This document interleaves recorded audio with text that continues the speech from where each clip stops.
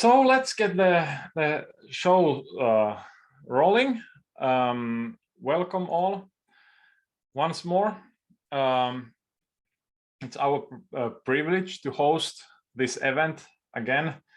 The goal of our annual tourism marketing management webinar is to present the research that our tourism business research group is doing in the field, as well as provide some information on how we are doing in our tourism marketing management master's degree studies. We are going to have, let's go to the program. First, I'll tell a little bit more about the program itself and our tourism business research group. Then I'm really happy to welcome Antti Honkanen, Adjunct Professor and tourism business consultant, you could say nowadays, talking about societal impact of tourism education and research in universities. And Antti has been working as the director of multi-dimensional Institute in Tourism Studies. Sorry if you will correct the correct name, hopefully at the beginning of your presentation, but nonetheless, as the director of the Institute, he has had a wide perspective on how universities and education and research actually make an impact in the society. And I'm really looking forward for listening to Antti's viewpoints and perceptions on how universities become more relevant for the society, and especially here in the tourism field. On one part, this webinar is one of the ways how we try to contribute more to the society, so that the research we are doing would not just be within the books and journal articles and dissertations that are published somewhere online, but also that we present them in a way that is hopefully enjoyable and interesting for many of you. We have 5 presentations regarding the current research and development topics from our tourism business research group. We have research results and just overview of the topics that our researchers, PhD researchers, as well as personnel are doing within various fields of our business group, tourism business research group topics. Then we also have a fantastic section in this webinar where we present the winners of Visit Karelia Scholarship Award with the CEO of Visit Karelia, Auli Kauppinen. This is always a great pleasure and privilege for us, and especially for our students, to have a significant contribution from Visit Karelia, providing a scholarship for altogether 6 of our students. And then in the end, we'll wrap the session up, and that is also a great moment for you guys to give feedback for us and start discussion on topics that you feel like would be the most important for the coming years. So it's open discussion forum between us in the university and all the rest in different institutions and stakeholders that we have. But once again, welcome, and hope you'll enjoy the program. Just a few words about our master's degree program and tourism business research group.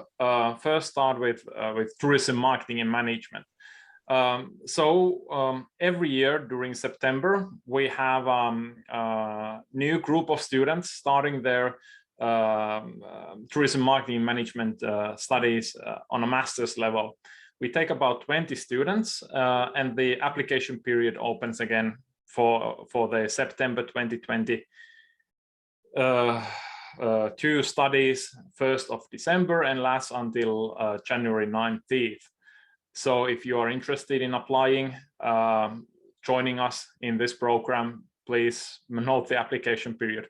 We also have plenty of our students who just started our studies a week ago, joining this webinar to see what kind of research we are doing. So this webinar is also some kind of eye-opening for them regarding the tourism research that we are doing and that is being conducted in general. The students who graduate from our program are tourism business development experts, I would say, or at least on a good path to becoming one. Of course, it's just a 2-year program and we cannot teach everything possible, but it's definitely a great start. And we are really happy. We've been running this program. Our first student started in 2017. And already we are seeing that many of the graduate students are getting positions, these kind of expert position, development positions in municipalities, project management, governmental organizations, as well as businesses. So we are really happy how the employment aspects are turning out to be. And I would almost say that the future also looks bright. The core topics of our program, what we teach our students on sustainable tourism, digitalization and information and communication technologies, about business, about marketing, about management and well-being in nature, do create a combination of skills and knowledge that the tourism industry needs, has a dire need in the future. Then, of course, we are a university program, so our education is highly based on the topics that we do research on ourselves. We have tourism business research group that is contributing a lot of research knowledge for our education, and many of the personnel in the tourism business team also contribute to supervision of master's theses, so that we have a wide range of skills and capabilities for our students to utilize when they are doing their master's thesis, as well as contributing to our studies throughout the whole program. We are, besides research, we are of course doing also several different kinds of development projects, meaning that we are looking for projects that allow us to take the information and knowledge and research results that we have and the academic community globally has managed to produce into different contexts, and to actually have an impact for the tourism business field itself through various development projects. And we have Katja Pasanen, for example, presenting some of the development projects that we are currently involved in today.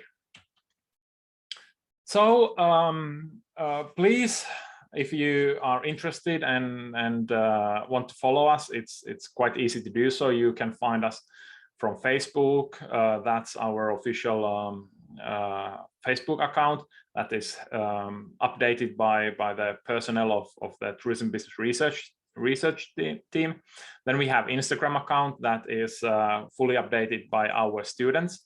We are now giving the Instagram account to new students in the near future, so you will start to get more updates on how it is like to study in our program. You can find more details about our research group from UEF Connect, presenting the personnel and all our fields of interest and expertise there.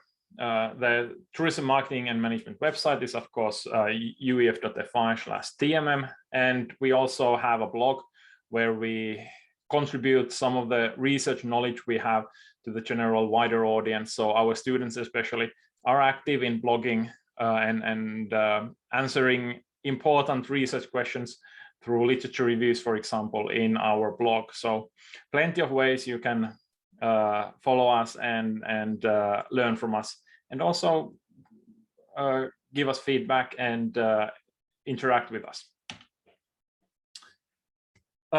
Thank you on my behalf. Feel free to connect with me on LinkedIn and Twitter and follow my research, as well as our other personnel that you can find through the UEF Connect.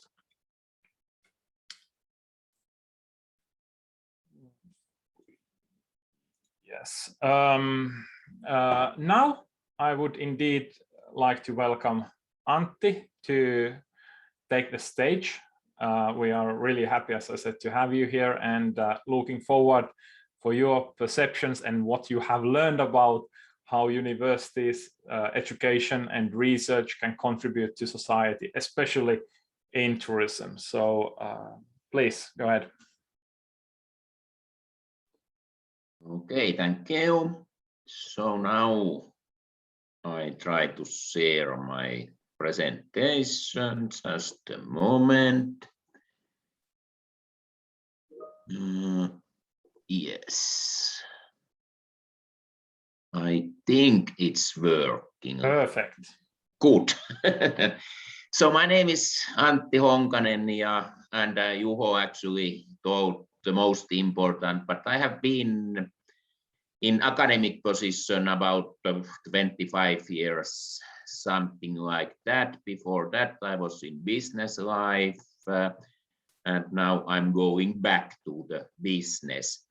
From 2008, I have been first director of department, and now last 5 years director of Multidimensional Tourist Institute. You said it exactly right. I'm proud of you. Sometimes it was even difficult to remember myself. So anyway, I have looked at this university education and research quite a long time, and it's very big questions, this impact of tourist education and research, what kind of impact we have had to society. And okay, now it's not so easy at all because I'm also looking wrong, but just a moment. No. Good technical problems. This should be, yes. You probably know that this is very often used, that we have two different types of research. We have basic research, and then we have applied research. And quite often is talk that maybe this applied research is what has impact to the society and business. But it's not so easy because this applied research is based on basic research. And also when we are talking about tourist research, I'm quite sure that most of researchers, they are not thinking at all if they are practicing basic research or applied research. And quite often it's very difficult to say which one you are participating in. It's quite normal that even so-called basic research, it's also used in business as well as applied research.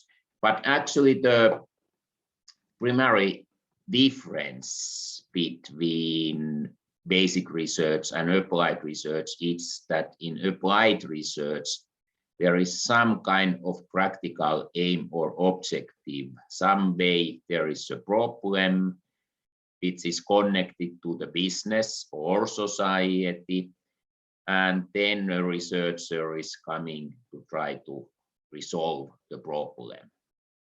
But it's not so clear at all.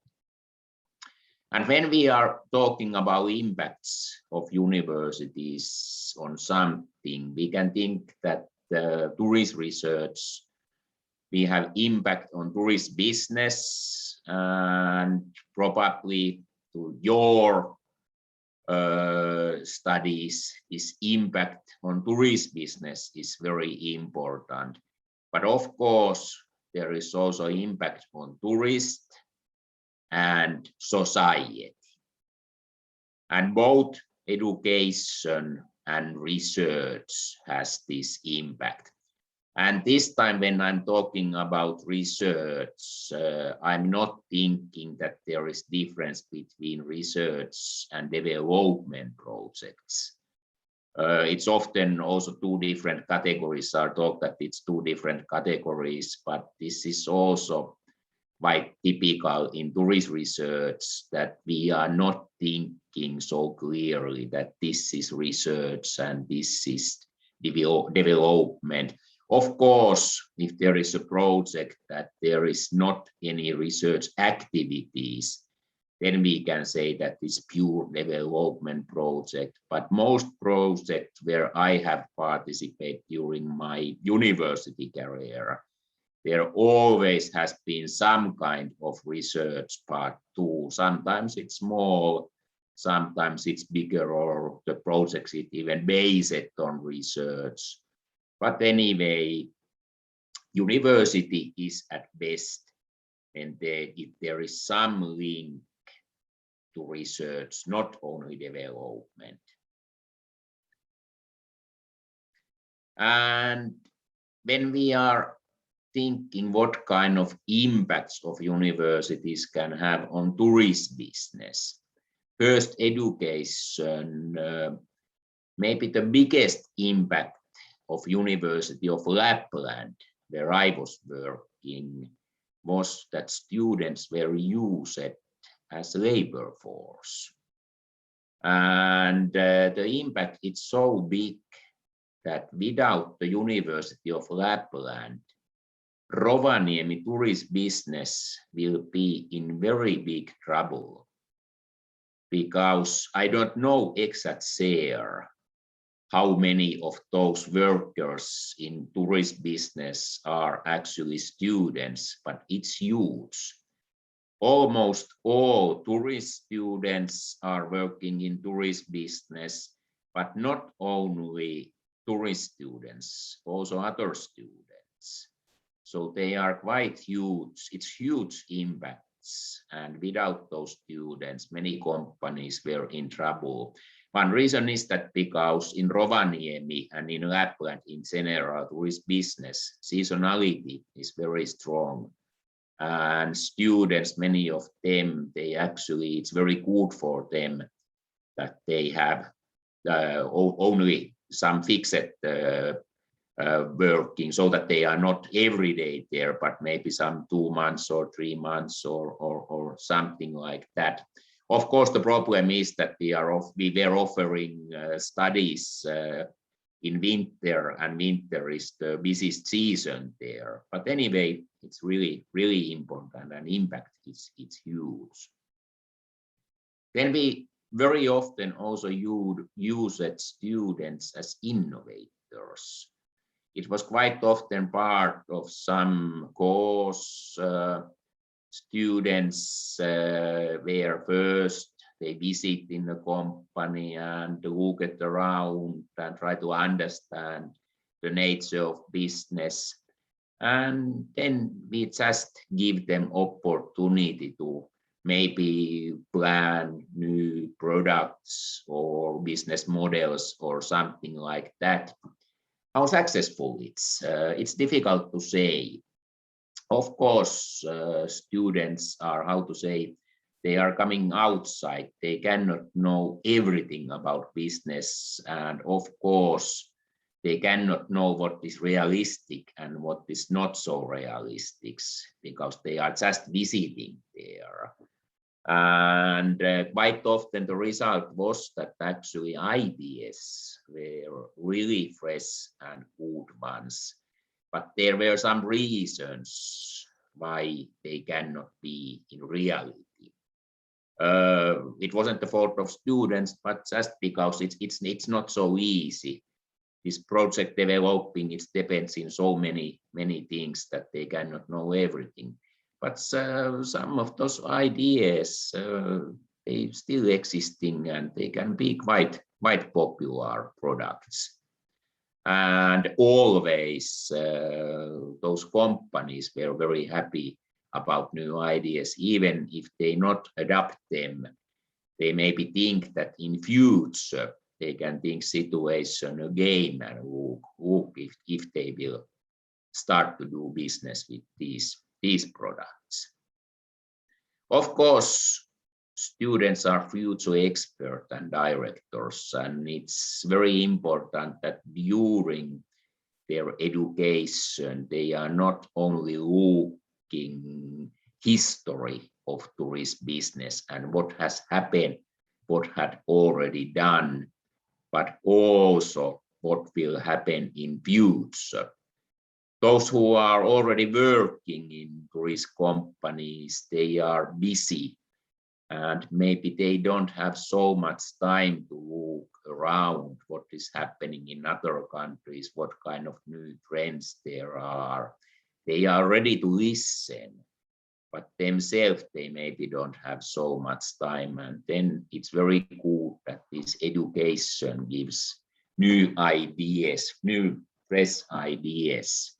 And then when they are working in future there, they can use not only this what has happened in history, but also think about future.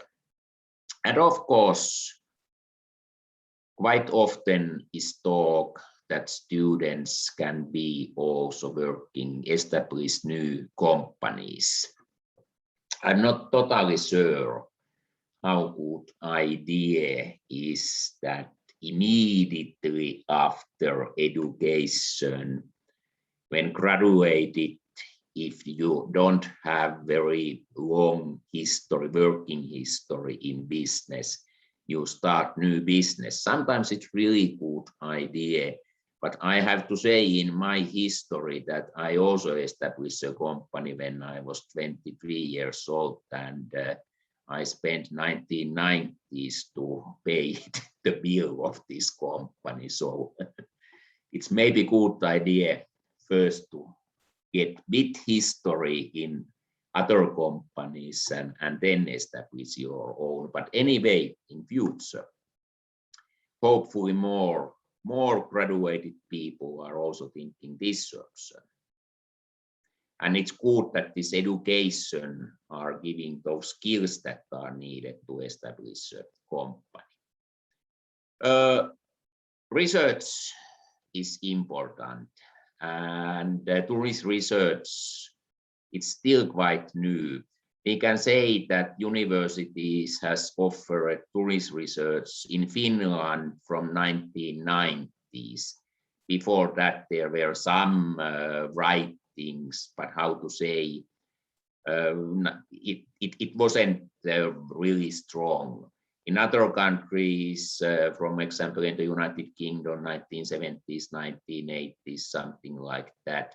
But anyway, it's quite new idea that also tourists can be a topic for research. And of course, it's really important that this research are supporting business. And expectations of society and also tourist companies, they are quite high. And it can also be a bit problems because tourist research, it's really wide area. It's not so that if you are a tourist researcher, you know everything about tourism. You probably know some, you have specialized something, and you can know a lot about your specialty, but then are other areas that you don't know so much. And in Rovaniemi, this was quite difficult situation because tourist business in Rovaniemi is really strong. And even if we were institute where University of Applied Science and University of Lapland together working, anyway, we couldn't answer all expectation, and it's not realistic that they never can answer all expectation. Anyway, it's really important that also this business has researchers and develop this further. And nowadays it seems that also those business owners and people working in tourist business, they are better educated. In 1990s in Finland, it was quite difficult to tell why tourist research is needed because quite many working in tourist business, their own education level was quite low.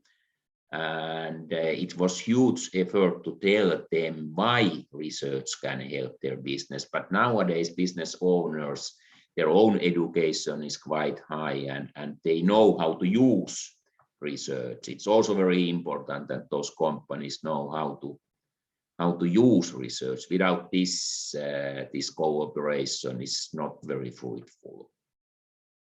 Okay, I look at watch and I try to be a bit faster.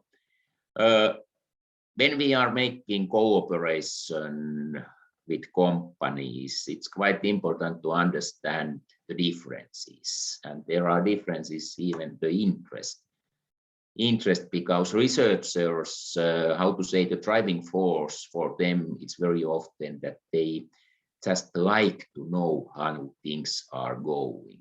But of course, interest of a company, if they are participating in a project, they have some practical need, practical reason why they want to be there. And a researcher, how to say, there is huge competition between researchers. Sometimes, and nowadays, for example, in Twitter, some people think that in universities, people are just taking money from government and it's very easy and lazy time there, but it's not reality at all.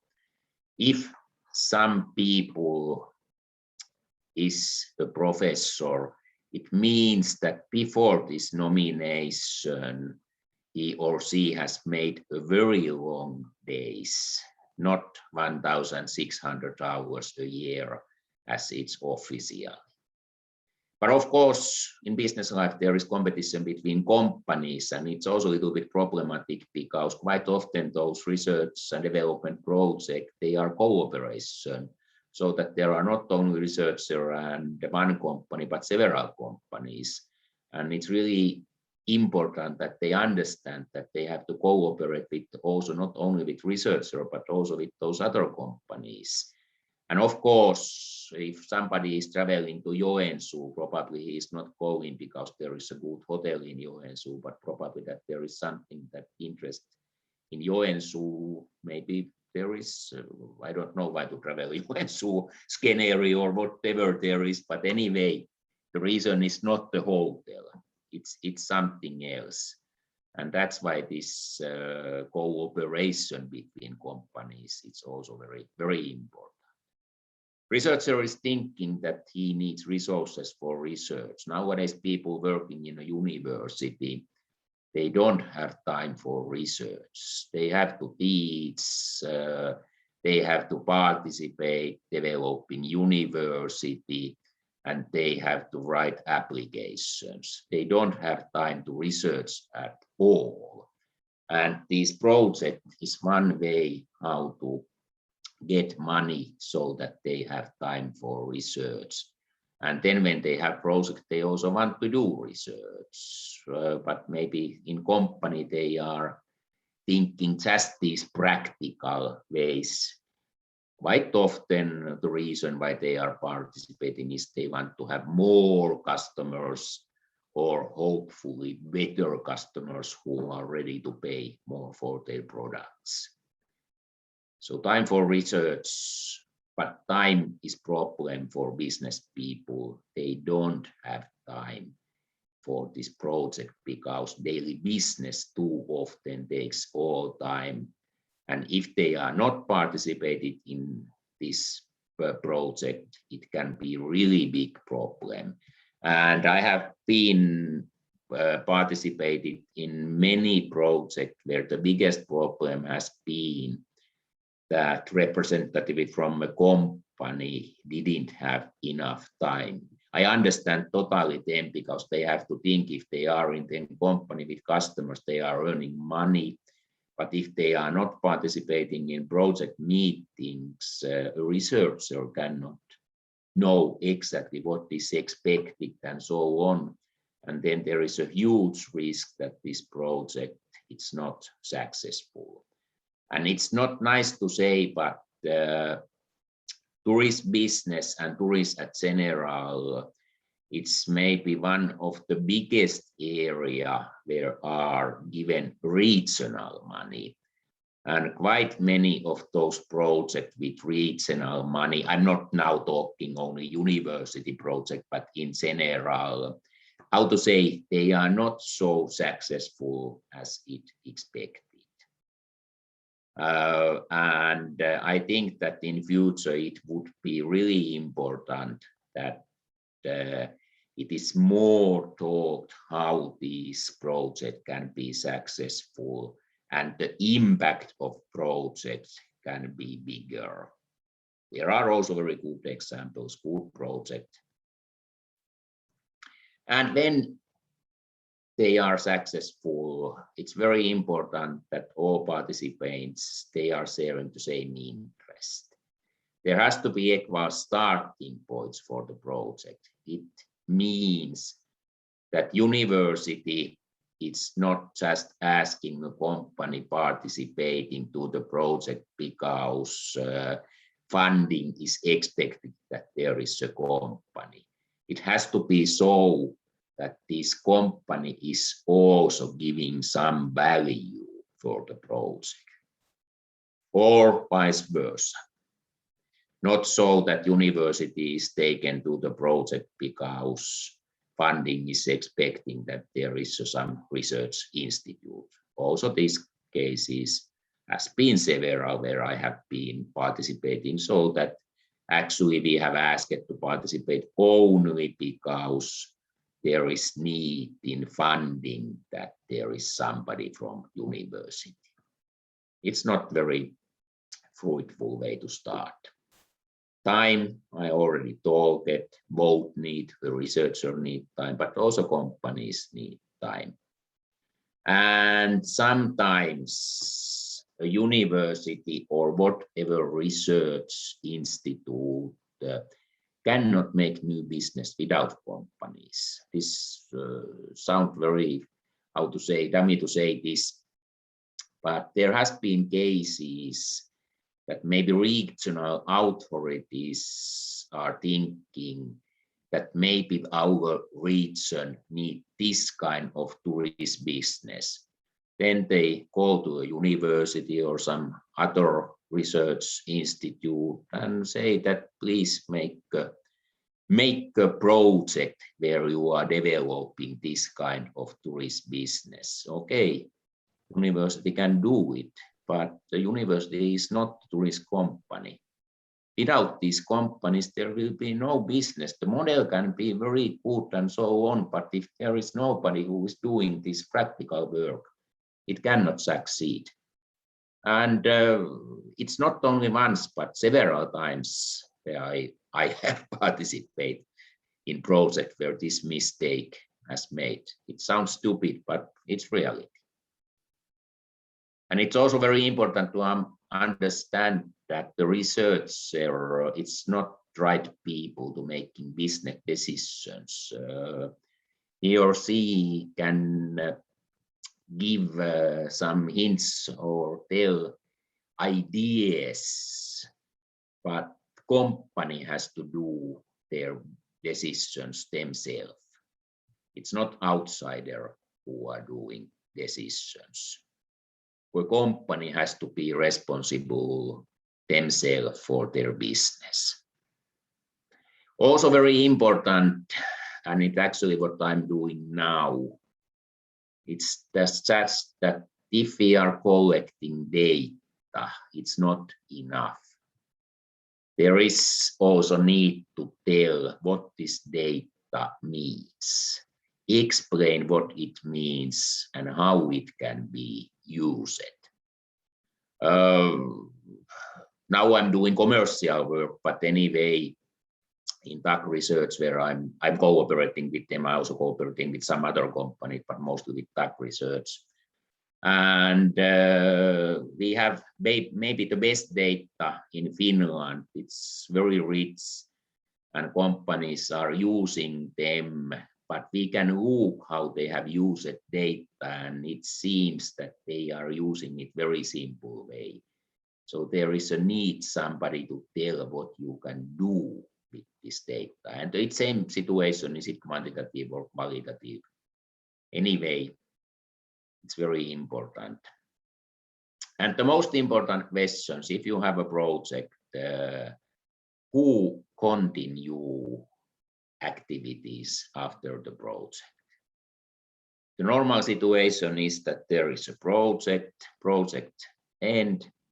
After that, all activities also end. It's over. Nothing is left.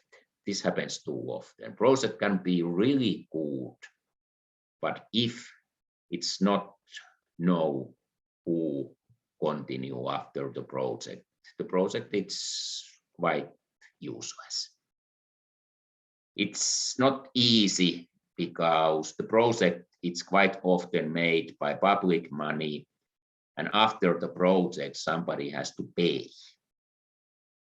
And it's very good to have agreement who pay after the project. Okay, this only in brief, time is running out. Education, what kind of impact universities can have on tourists? It also has impact on tourists. Some way this education, we are educating people to be more sustainable tourists. Not only those who are studying in a university, but also telling our research. It means that people can learn how to be more sustainable tourists. Mostly people want to be good tourists, but maybe they don't know. So it's very important that we are also telling about our results. Science tourism, it's one model, it's one type of tourism. People are interested about science, and we have several projects nowadays ongoing about science tourism. Also one in Lapland, but in Turku region. El personaggio di Giuppila telefono che netto più eccolo. Try somebody tell me something I didn't hear. Go ahead. Okay. And very important is also that we are critical towards existing tourist structures. Being critical doesn't mean that we are just telling that you are doing wrong. We should also tell how it's right.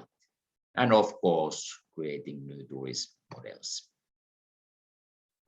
Society. Actually, business is part of society. Tourists are part of society. So maybe I will not give you any definitions, but society means more about everything around us. Tourist authorities in Finland, quite many of them nowadays have at least a big tourist educations.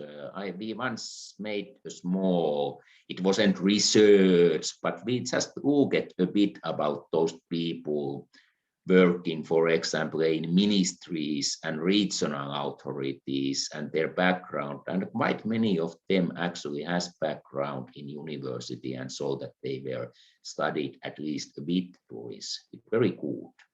We are giving them basic information.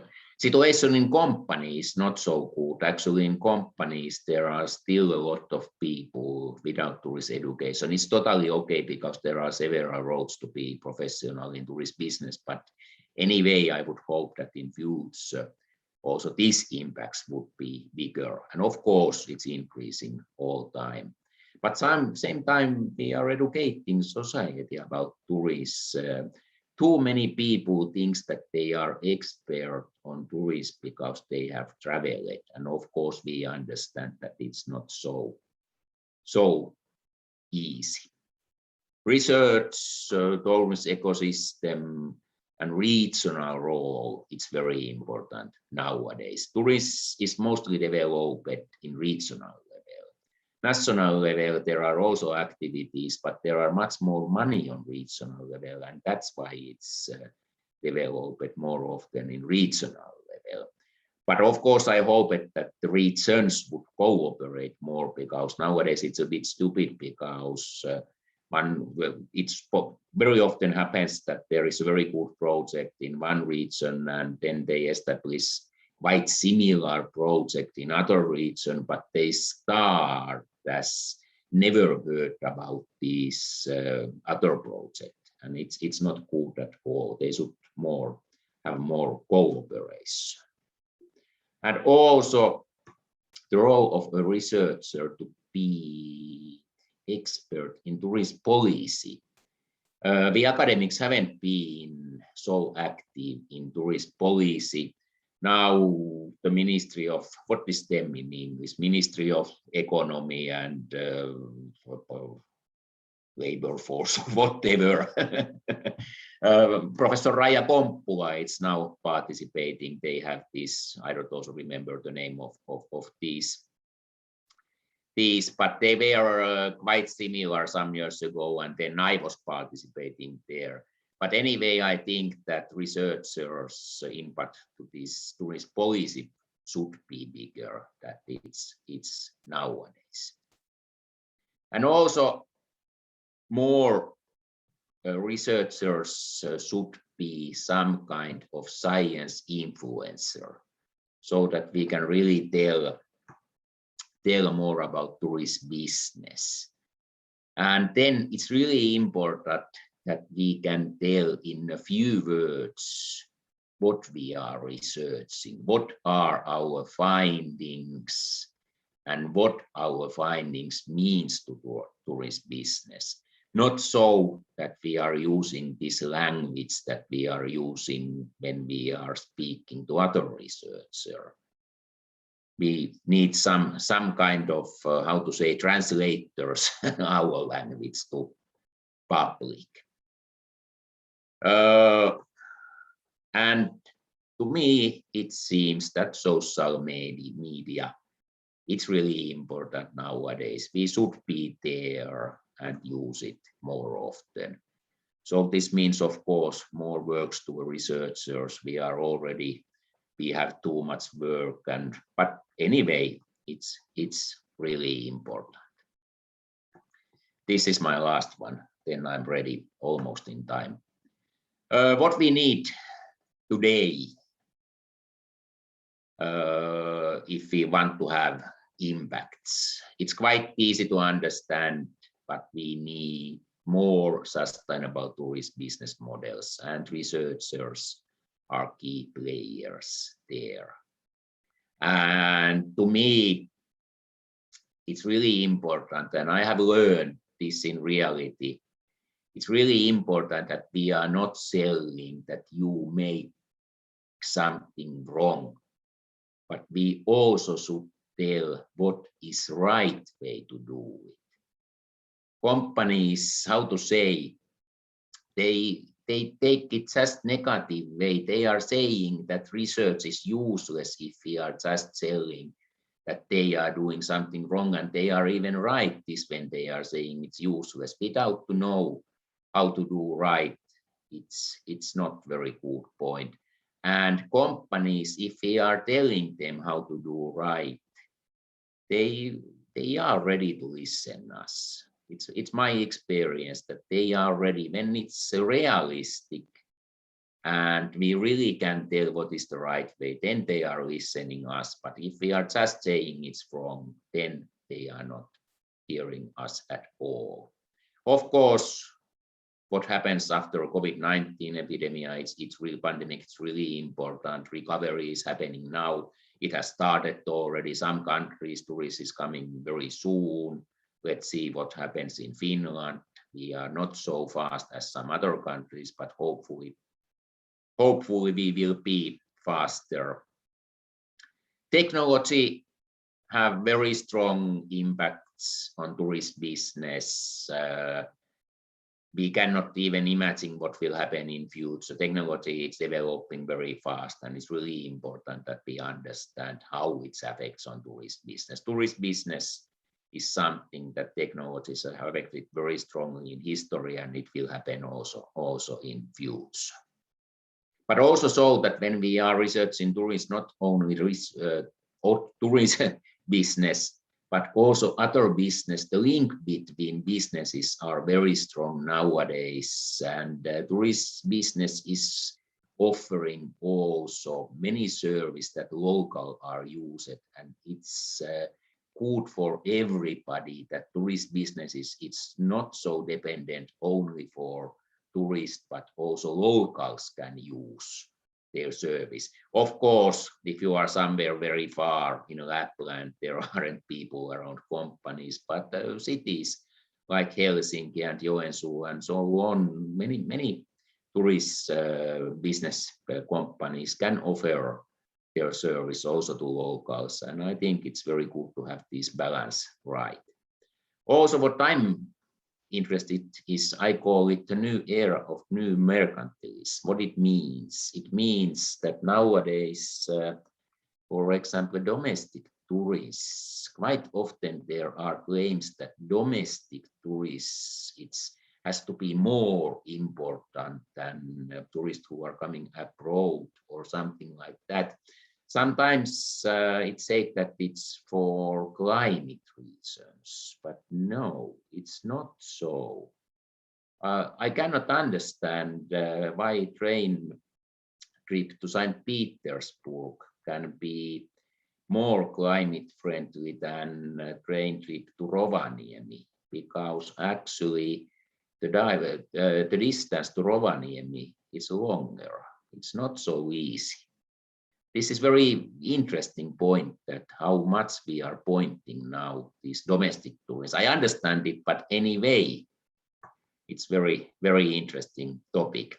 But now I'm already over time, so thank you. Thank you, Antti, and it was excellent to hear your experiences on this matter from so many years in Lapland, which is kind of like, I would say during your years in Rovaniemi, the tourism industry in Lapland took almost like a quantum leap in development, right? So the number of tourists increased, and probably the University of Rovaniemi also played their own part in that growth, right? Of course, we participated in, but I would like to say that the reason was me, but no, it's not true. Yeah, so that's also very typical for tourism, that it's like such a big phenomenon that is affected by so many different aspects of society, not just education, but you know, from currency rates to song competitions and you name it, you know, there's so many different factors affecting it. But of course, university education should be about understanding this, that we get this understanding of which factors affect and how much the big picture, the ecosystem perspective, so to say, that you also mentioned. Are there any questions or comments regarding Antti's keynote here? How about the other side? There's many businesses I see, representatives of businesses here. Do you share the viewpoints and the points Antti made in his presentation regarding collaboration, for example?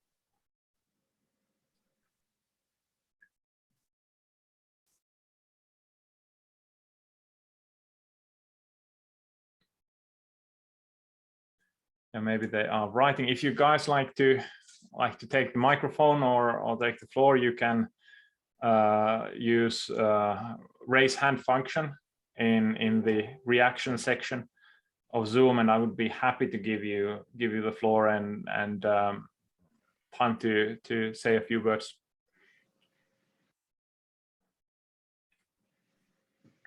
As far as I could see, sometimes, you know, the impact of universities is not actually really that widely understood.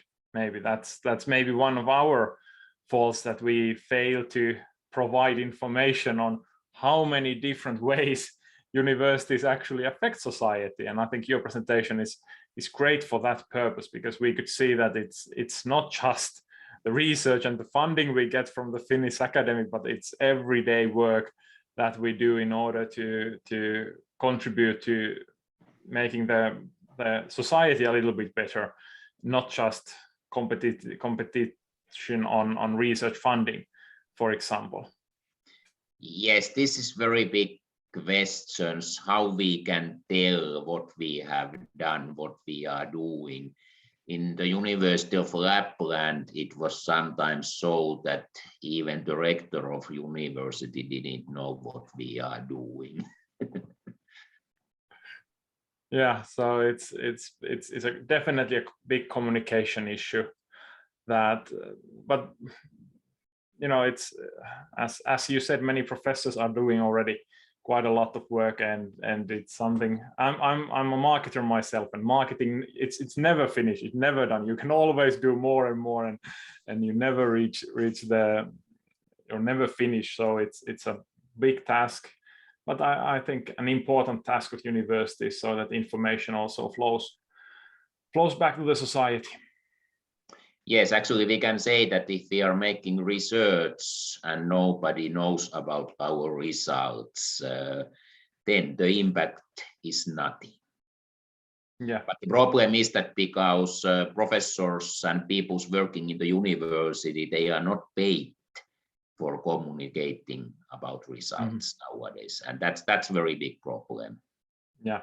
So they are kind of like ecosystem level challenges. First of all, that we do a lot in projects, that we do not have some kind of like constant funding function that would allow us to collaborate on a long-term partnerships instead of individual projects. And then of course the whole funding system for universities that emphasizes teaching and education and doesn't reward for taking information, knowledge, and collaboration into practice. Yes, I don't know how it's in your university, but nowadays in the University of Lapland, actually, when we are looking new professor candidates, more important than the result of research was the result of applications to fund. How much money can a candidate get was the most important selection criteria. Yeah, I think that is a great place to end our presentation, and directions for the future is how to get more money. But I think the support from the society is definitely also needed for that. Yes, it is needed. It's important. Thank you, Antti. Thank you so much. And now it's time for our own presentations, our own staff and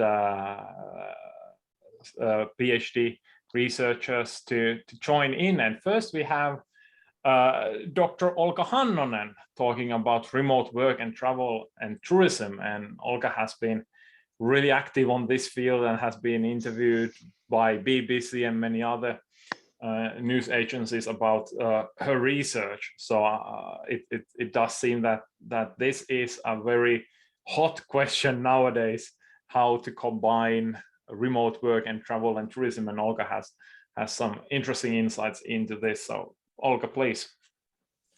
Thank you for introducing me, and if you can give me the right to share screen. And go ahead. It's a good connection to continue after Antti, not because he was my PhD supervisor back in 2010s, and also because last October we both were interviewed by the Finnish broadcasting company Yle about remote work travel, or etätyömatkailu in Finnish they call it. So today I'm glad to share some insights about this, and let me share the screen. And does it look okay? Or you can start the presentation mode. It should be perfect. Yeah. Okay. So it's a bit challenging because I do not see what do you see. Anyway, remote work, travel, and tourism. So I will give you some insights on what has been going on in this regard worldwide, and especially in Finland, and what it is remote work travel and why it's something new and different. So let's first of all look what has been happening with remote work in general and why we had a travel pattern grown out of that. So COVID-19, the outbreak of the pandemic, was regarded as the world's largest experiment in remote work. So many people were had to be remote. It was a mandate from the government and also from many companies. Many companies completely went remote, like Google, Facebook. They allowed their workers also after the pandemic when we are in the after phase, also to stay remote if they would like to do so. So also, if we look at surveys, there have been many surveys in many countries, and they slightly change with the percentages and outcomes. However, if we look at the EU level Eurofound survey, over 60% of the respondents of the employed people would like to be remote irrespectively the pandemic conditions. So, and this 60% include those who would like to be remote daily or weekly or up to several times a month. So last year, Finnish broadcasting company Yle had also a survey, if I remember correctly, with how many people, over 1,000 people answered that. So about 50% of remote workers said that they would like to be remote. That was last year. So let's look also at some other numbers. These are results by the Finnish group who study multi-local living, and the Finnish Environment Institute found out that during the COVID-19 pandemic, about half of all employed persons in Finland were remote. And in comparison to that, in 2017, only every fifth person was working remotely on a regular basis in Finland. So we do see an increase in remote work in general. And again, according to that survey, to their information, about 27% of employed persons want to do remote work also after the pandemic, and this is Finnish context. Worldwide, we also came up with the phenomenon called Zoom towns. Especially in the US, people were going to different locations, to different cities, and working there remotely because the pandemic situations was slightly better or for some other reasons. So we have this phenomena of Zoom towns formed by remote workers going somewhere else to work.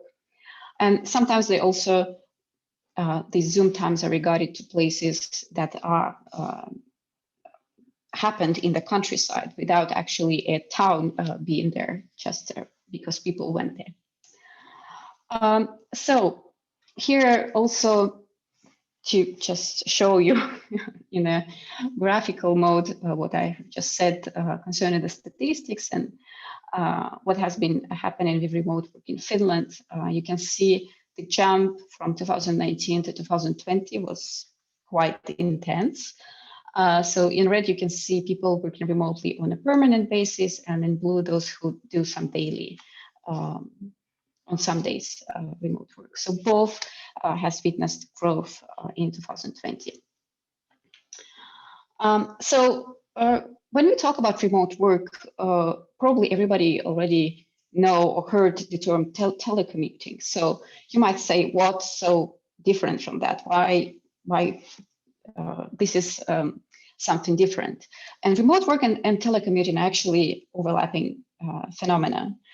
But when we talk about remote work travel and telecommuting, these are two things that we really need to differentiate. So telecommuting is regarded as a work arrangement, a work setting that is done outside from the conventional workplace.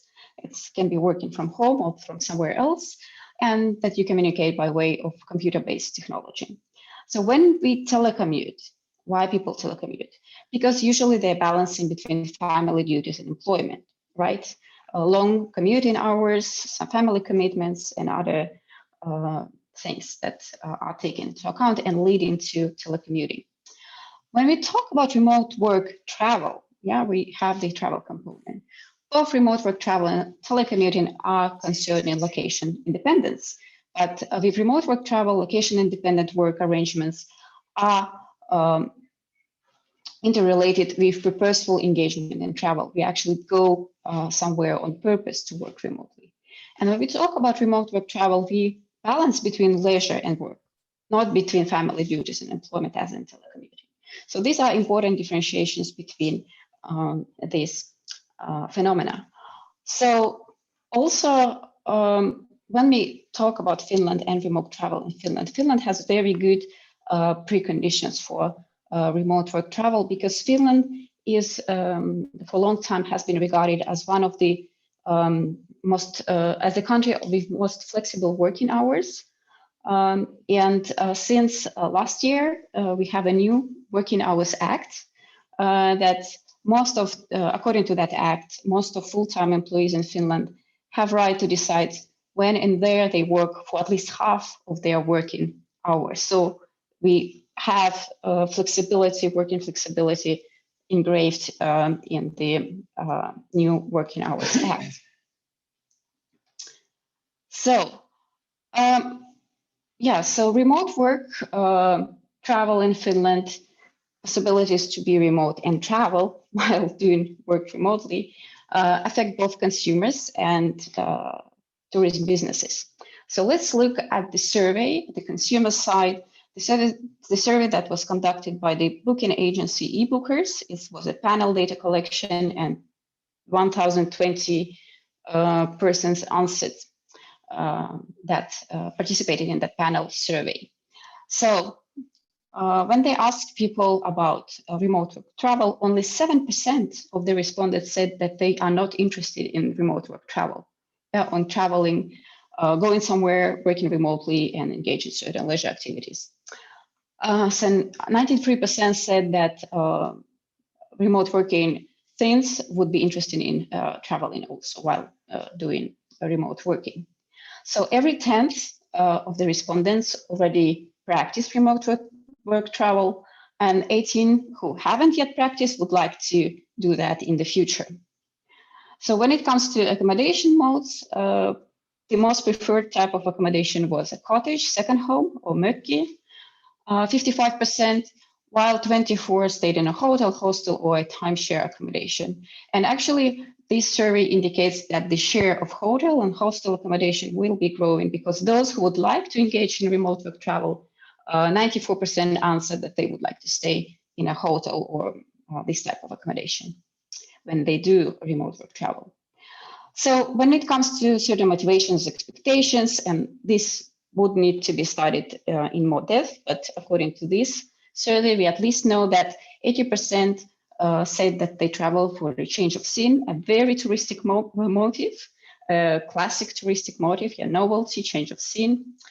46% said that they are looking for certain experiences, in Finnish elämys, so they are expecting to do something exciting. And 33% actually regarded remote work travel as a vacation, and additionally, they were working during the vacation. So it's a little bit uncertain what exactly this means. Anyway, 25% of all the respondents said that remote work travel have an impact on endurance, so it really helped them to carry on with their lives, with their work. In Finnish, it's jatka jaksamista. How do you say that in English? There is no such a accurate term for that. Anyway, that was the consumer side in relation to remote work travel in Finland. So let's look what has been happening from the business side. And again, very general remarks here. And please, I just randomly selected remote work travel Lapland, remote work Savonlinna. Basically, if you ask Mr. Google, you can find Pohjois-Karjala, and basically every region is now positioned themselves as an ideal place to come and work remotely. It's the new marketing strategy and rapidly developing business also in different parts. So what the business, what are the changes that have been happening from the business perspective? Hotels and other accommodation services started to offer accommodation packages, and it's regarded as a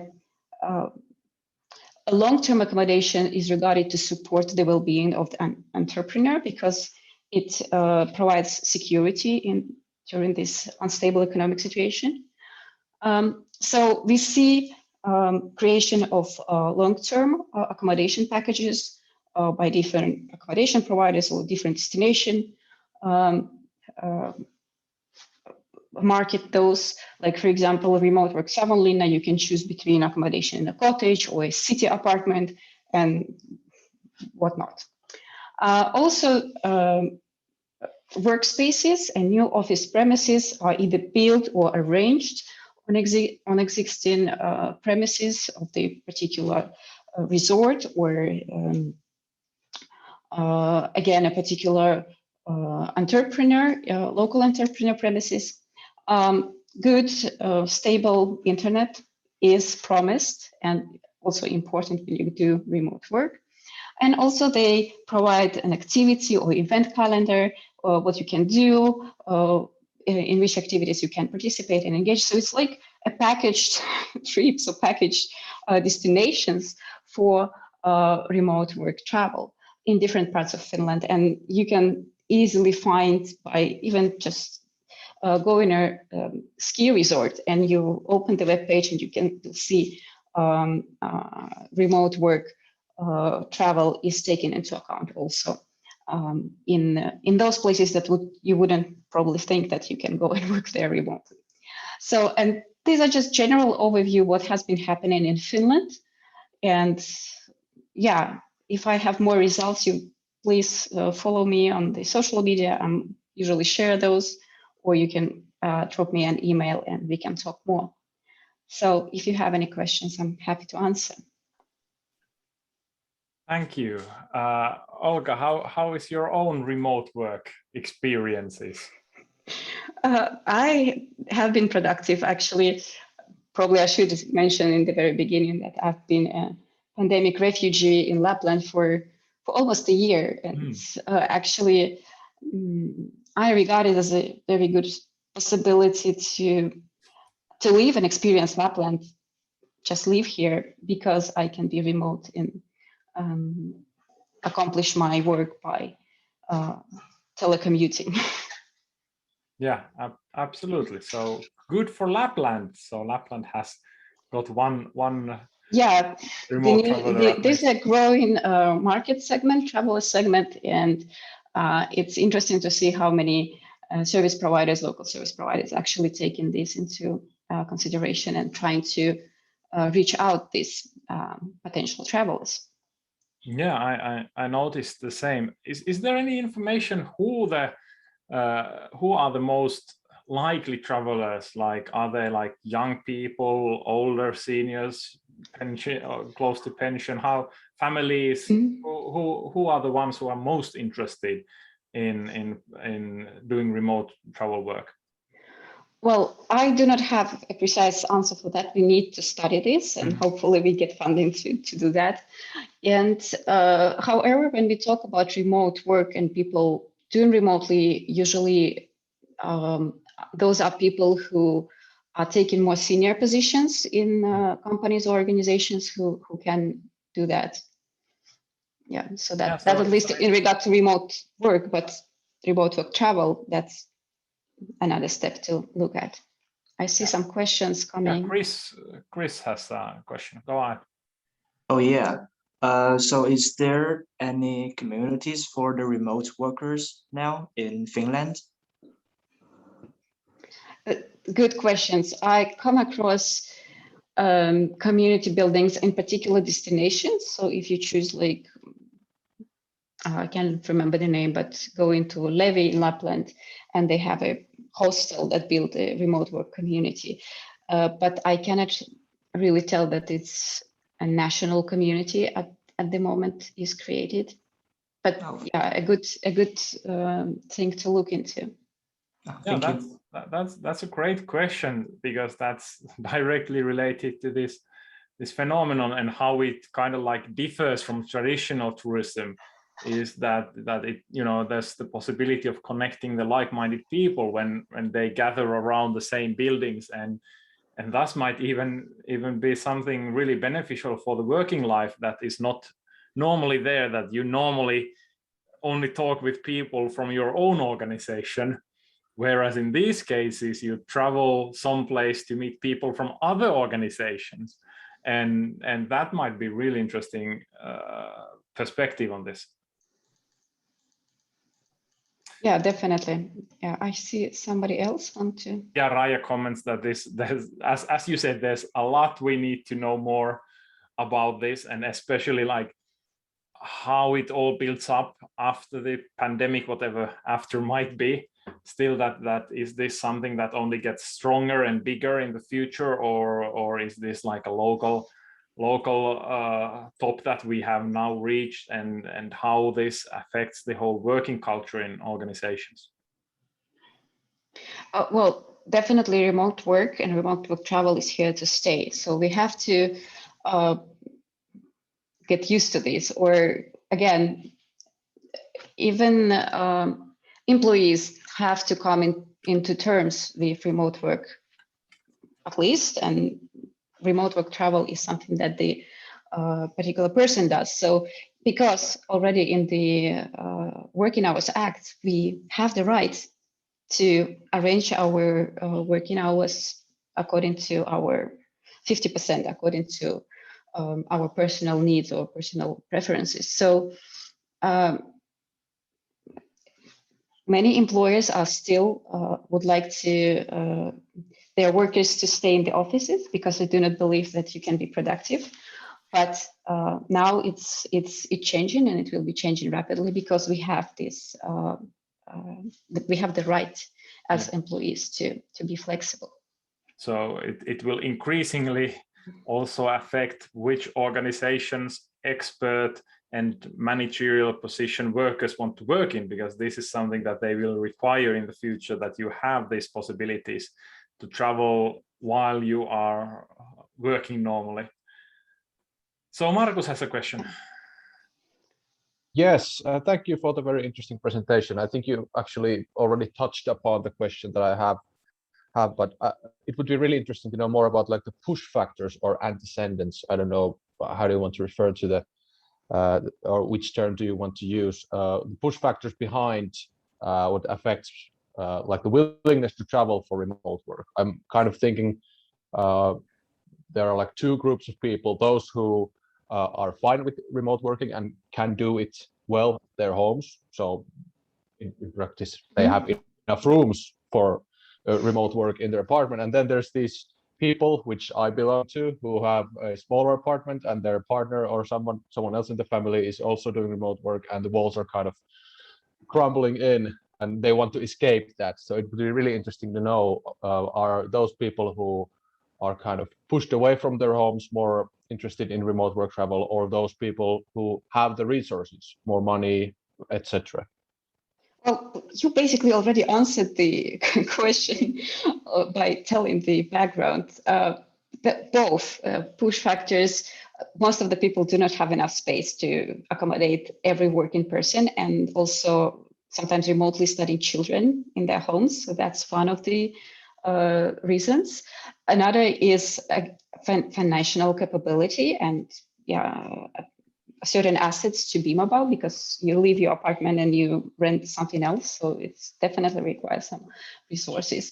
Generally, what I see in remote work travel is the motivations will be very similar to general tourist motivations. You want to go skiing, but a weekend is a too short time to go to Lapland, from maybe metropolitan areas. So you decide, okay, why not stay a week? And then I can, engage in certain activities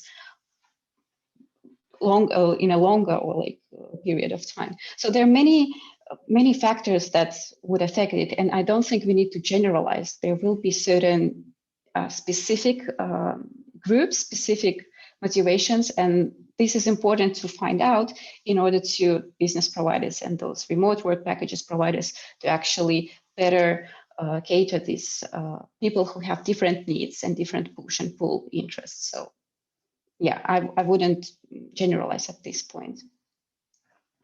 Yeah, it's also, if I may add, a thought that came into my mind is that it's also about like the marketing communications, what kind of communications we direct to different groups of people. Some want to escape their miserable life in the city apartment, and some people are just, if I get the option, if I get the right deal, I might just go because I have the resources and I can do that. So It's also a matter of directing different marketing communications to different groups of people.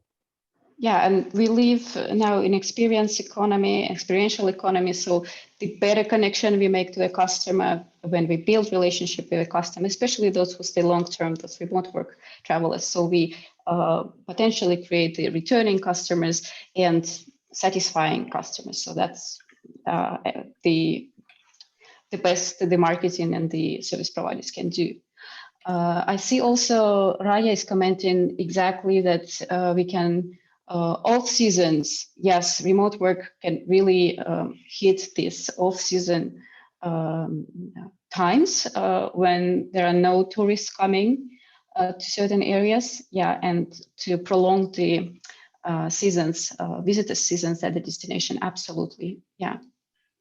And then we have the last question from Antti or comment.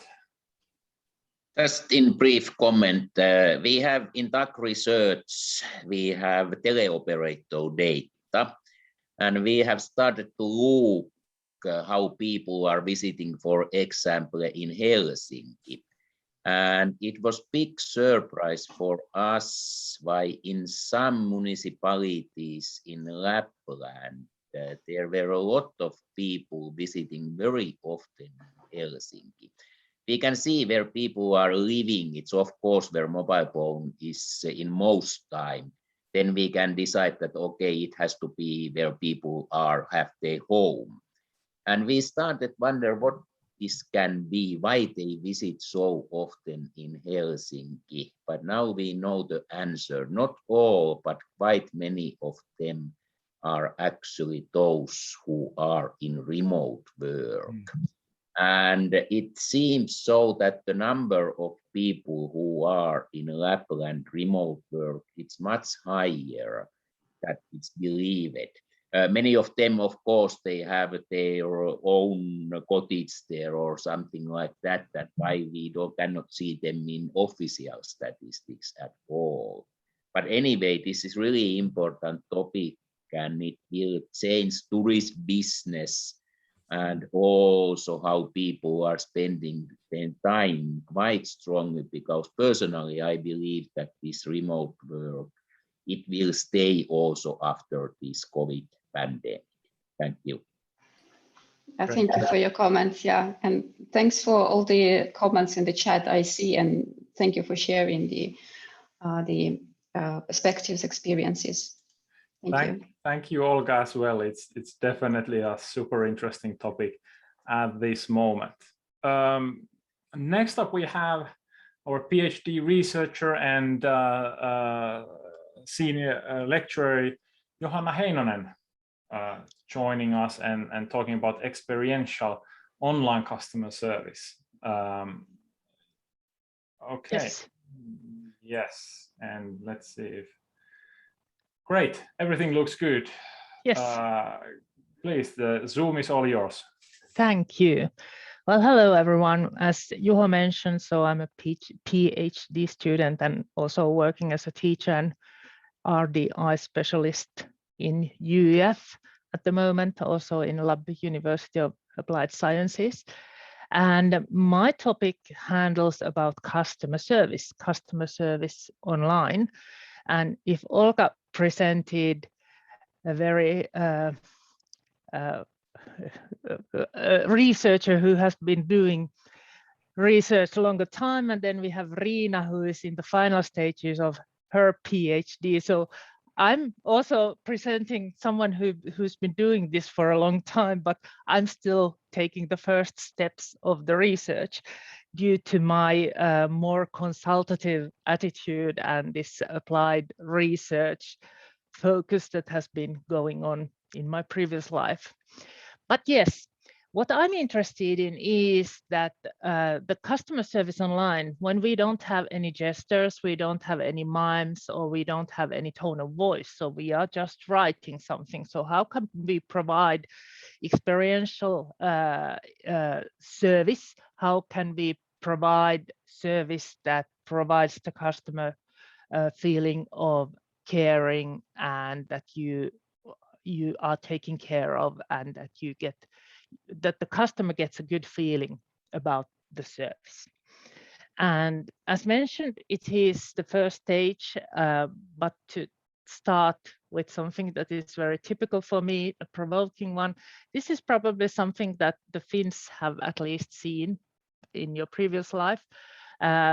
This is a meme that has been going on online, but this is real case from our railway organization.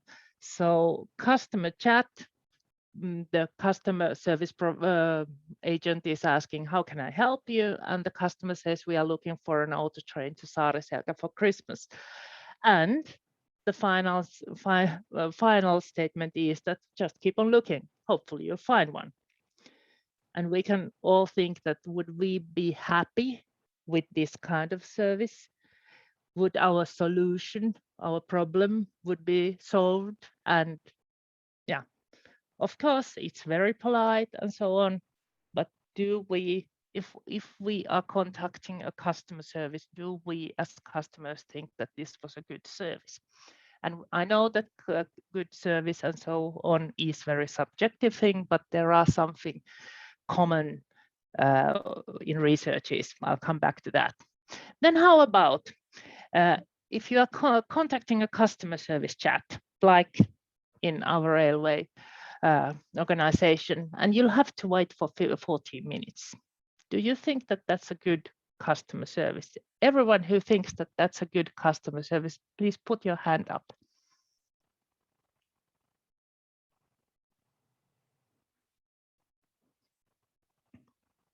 I don't see at least anyone, so no one thinks that one. Okay, then another thing, when you bother, and now you see I'm provoking you, this isn't very academic, but still, this is a presentation. If I'm bothering to contact customer service in a chat and asking them for how are restaurants open in Joensuu, for instance, and I get a bunch of links and contact information that go and look for yourself. So what do you think? Is that a good service?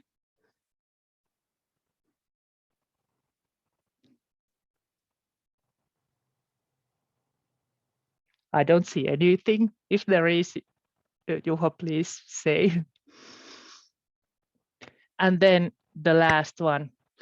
If you can see that there is something that is copy-pasted, that everything, every time you are greeted, so it's like copy-pasted, it's a generic form, and as well is the thanking, that's copy-pasted.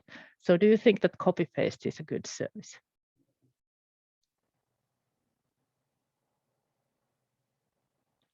No hands.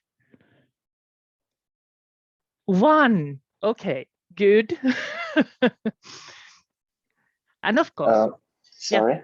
Yep. Yeah, actually, I think the copy paste message can be useful in the context of maybe some general information that you can just search it on the internet, and maybe the website or the service provider will just do it for you, and they can actually divide the copy paste message from the personal contact, like.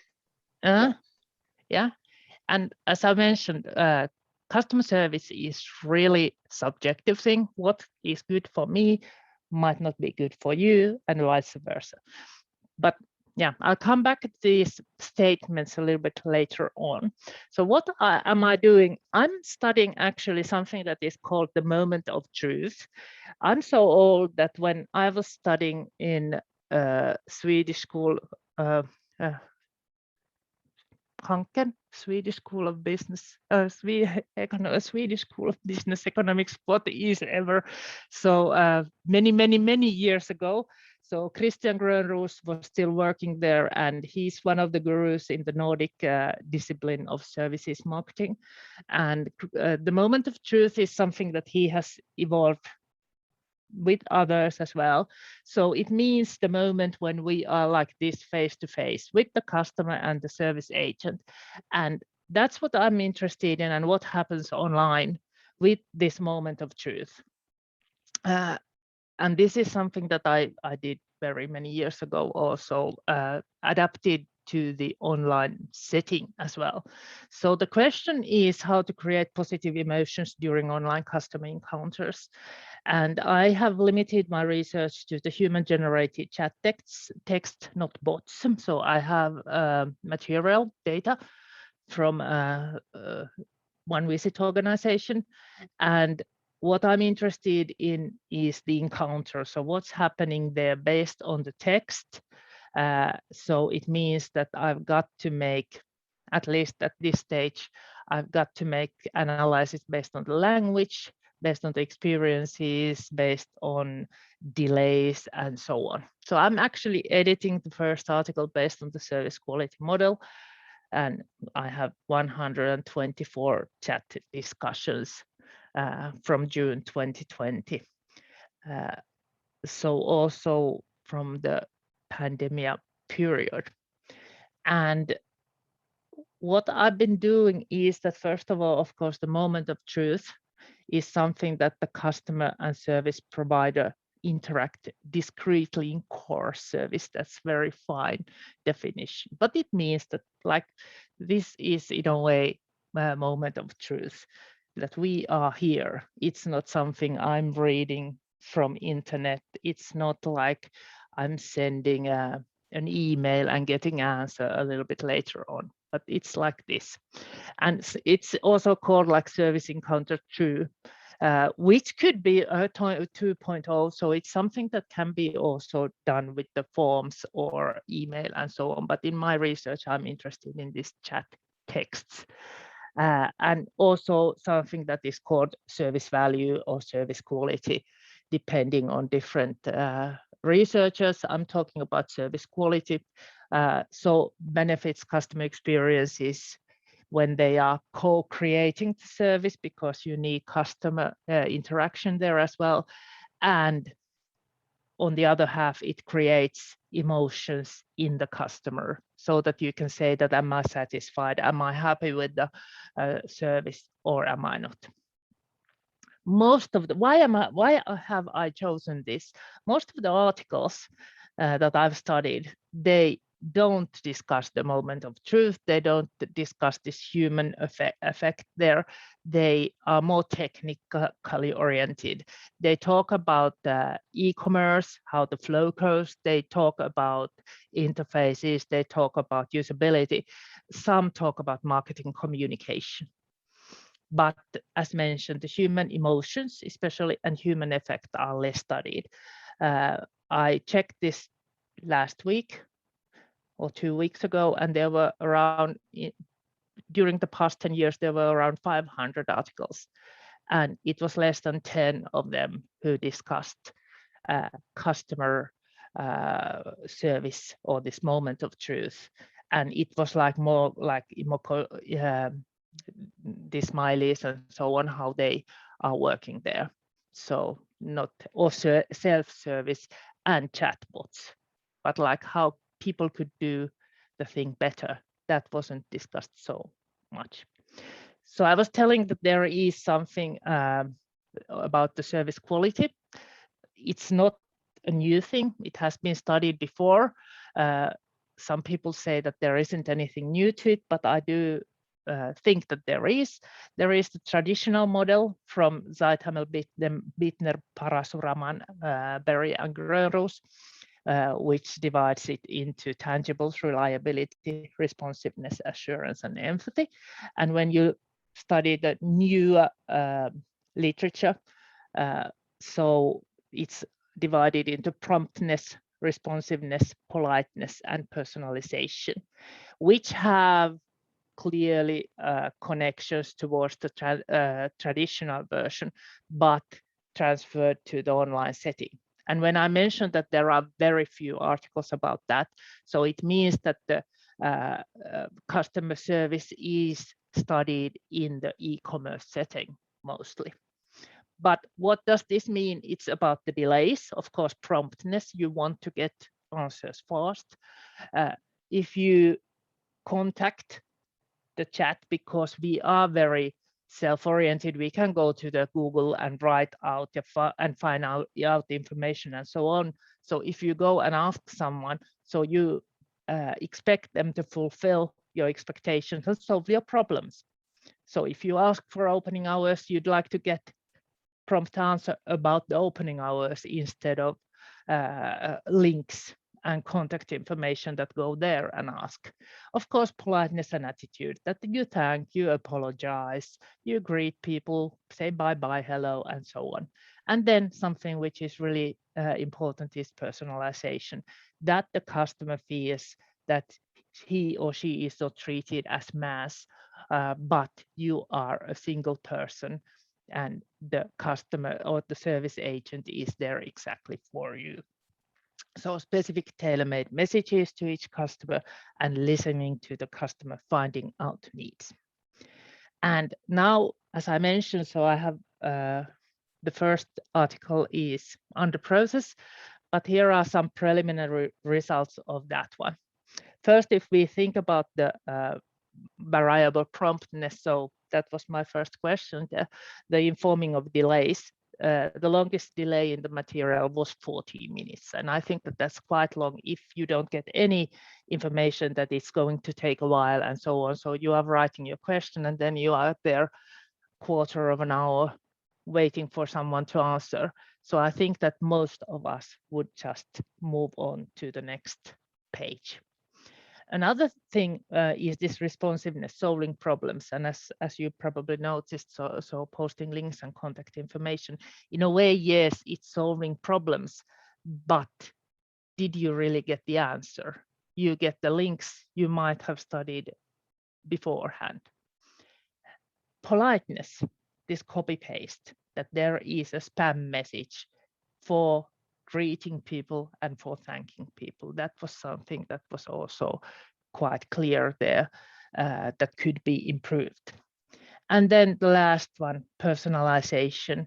So something that I'm describing as overwhelming service that are the customer needs and wishes really found out before you answer, because that's something that is taught for our salespersons at first. You've got to find out what's the customer needs and then provide this feeling that the customer is really specific and extraordinary.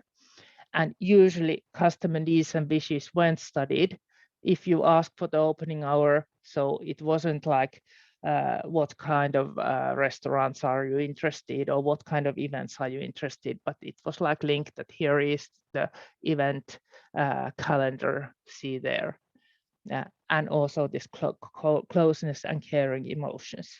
And this, the last part, why it's in red, is that the research will go on to the emotions, which I think is really interesting, that how are the emotions expressed in text form.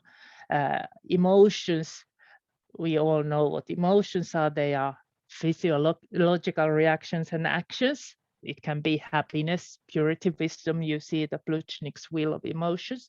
But why is it important when we are talking about tourism or tourism marketing and so on, is that the right kind of emotions lead to actions. So in a way, this is also something, it's not just providing customer service because people expect it, but if a visit organization provides experience or customer service and customer service that provides good feelings towards the customer, so they are more eager to buy because there is this good feeling, and of course they are more eager to tell their friends. Very basic customer service things, but that's what I'm always asking, that why do many companies think that the online setting is different towards the real life setting? So this is the next step, what I'm then going to study based on the service quality results that I will go on a little bit more or analyze a little bit more. So actually that was my presentation here. I don't know how many minutes I used, 16 based on my watch, but thank you. Thank you, Johanna, and this is right the preliminary starting point for your whole dissertation research, and this is definitely a topic that has been overlooked a lot in tourism, especially because we are an experiential industry. So the experiential aspects doesn't just come by what happens in the destination and what happens in the business, but they start from the first contact with the marketing material of the business and destination, and basically in a best case scenario never ends. So it's an ongoing, continuous process, and of course how we treat customers online is a surprisingly big part of that. And you know that when the situation is that it might be a week when until you get an email reply that tells you look from the website or something like that. So it's not just a chatbots, but it's the whole way how we treat customers online that is such an important part of modern business practices.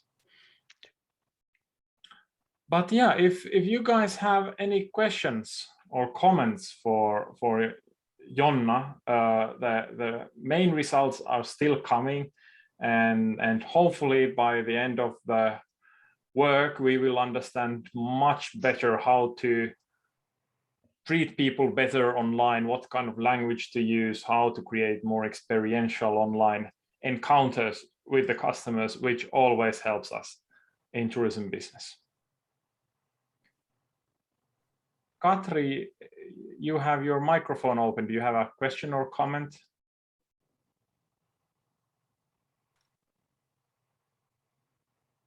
Apparently not. Okay. If you guys have some comments or contributions, please feel free to use the chat as well. Thank you, Jonna, once again, and let's move on to something completely else. So I'm happy to welcome Tuuli, who is one of our recent graduates, and she's been looking in her research about transgender tourism. So inclusivity, accessibility, all of these factors are definitely a big part of tourism marketing and management, and Tuuli's presentation will give us some ideas onto this topic from the transgender perspective. So Tuuli, please go ahead. Yes, just a moment. I'm gonna share my screen if I can find it. Here we go, and can you see the presentation? It's in the presentation mode, so we can see the. Yeah, of course. Swap presenter view and slideshow. About the. Okay, now it's go. Good, great. So yeah, hello everyone. My research during my master's thesis process was about transgender travel behavior, as Juho said, and my thesis was completed in November last year. And yeah, let's just get right into it. So the background for this study, actually I got the very initial idea from our tourist behavior TMM course on the very first autumn, as we were talking about these transgender and non-binary individuals in the tourism setting. And it came very clear to me from the start that people don't know what needs do these people have, these transgender and non-binary people have. And it was a bit of a shock to me. And it was actually even bigger shock when I understood that not even myself knew really that much about it, even though this is a bit of a personal topic for me. And when I started to think about this topic, there was a lot of discussion about the trans rights in Finland. And for example, the difficulties of transgender person having their gender identity represented in their travel documents, so passport correctly, was in the discussion. So as it is for now in Finland, a transgender person needs to have a document that they are sterilized in order to change their gender marker in their passport. So this was kind of the basic idea that I had for the study. And of course, LGBT tourism segment is a growing business for tourism industry. So, and LGBT tourism has been around for a very long time, but it has become more transparent and acknowledged over the past few years. So we have, for example, global reports on LGBT tourism and so. But also when I started to look into this topic, it became very apparent to me that most of the scientific literature and knowledge that we have about the LGBT segment is either outdated or it concentrates on gay tourism. And this leads to that the LGBT consumers are often generalized, and even though the segment itself is very diverse. So for example, transgender individuals have very different needs than a gay tourist. And I also thought that these transgender individuals might be even more vulnerable to mistreatment because of their identity and have more diverse barriers regarding traveling than, for example, lesbian or gay travelers. And this came from this pre-assumption came from that we have these laws and regulations, travel documents, tourism spaces, for example, airports and activities that are restrictive of transgender travelers. Then if you look at the research position that I had, so the objective was to examine the transgender traveler segment and see how travel behavior manifested in the segment. And because there is very limited research done on the transgender traveler segment from previously, my research positioning and the objective was quite wide. And the pre-assumption was that the being transgender individual affects travel behavior on some way. And my main research question was, how does being a transgender individual influence travel or tourist behavior? And my sub-questions were, what types of decision does a transgender person make in regarding traveling? And how does a transgender person experience and see traveling altogether? The study was qualitative and inductive in nature. So I had this, my theoretical standpoint came from the experience of being a transgender individual and the idea of gender in society at large. But then after my first initial data analysis, I also included the study perspective of identity and personality as driving forces of behavior into the study. And here on the right-hand side, you can see the research position. So we have the self, the very core of who we are. And then we have identity. And in this case, we see identity as something that can change during a person's lifetime. So for example, in transgender context, we have the gender identity reforming during our lives. And then we have the personality factors, so the stable characteristics of a person. And then lastly, in this continuum, we have behavior, which is affected by all of these other traits. And of course, we are looking at behavior in tourism contexts. So the research method, I did a collection of narratives between June and July 2020, and we got 12 entries. And so the narratives that were collected were, the storytellers were asked to freely tell us about their travel experiences and how they view traveling, or if they had any kind of decision-making processes that affected their travel behavior. And from there, we did then a qualitative content analysis with an inductive approach. And after this, we then included the identity and personality factor into the study as well. And lastly, I also did a narrative analysis with a thematic approach and did 4 reconstructed narratives to even deepen the information that we got. And then let's look at the findings. So firstly, the qualitative content analysis. And from here, we got 3 main themes that became apparent from the analysis. So we have security and safety, stress and anxiety, and then lastly, identity at large. And let's look more deeper into these themes. So first we have security and safety. And I have a quote, a direct quote from one of the narratives here. In the future, I might be brave enough to travel if it just surely is safe.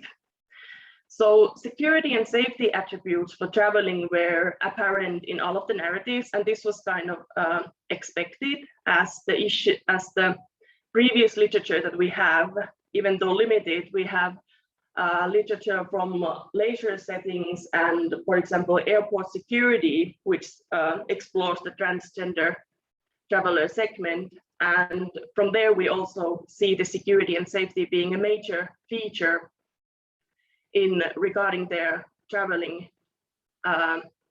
altogether. And the issues that were raised in these security and safety kind of narratives revolved around the same aspects that the previous research literature has discovered. So for example, we talk about points of entry and security checks at airports.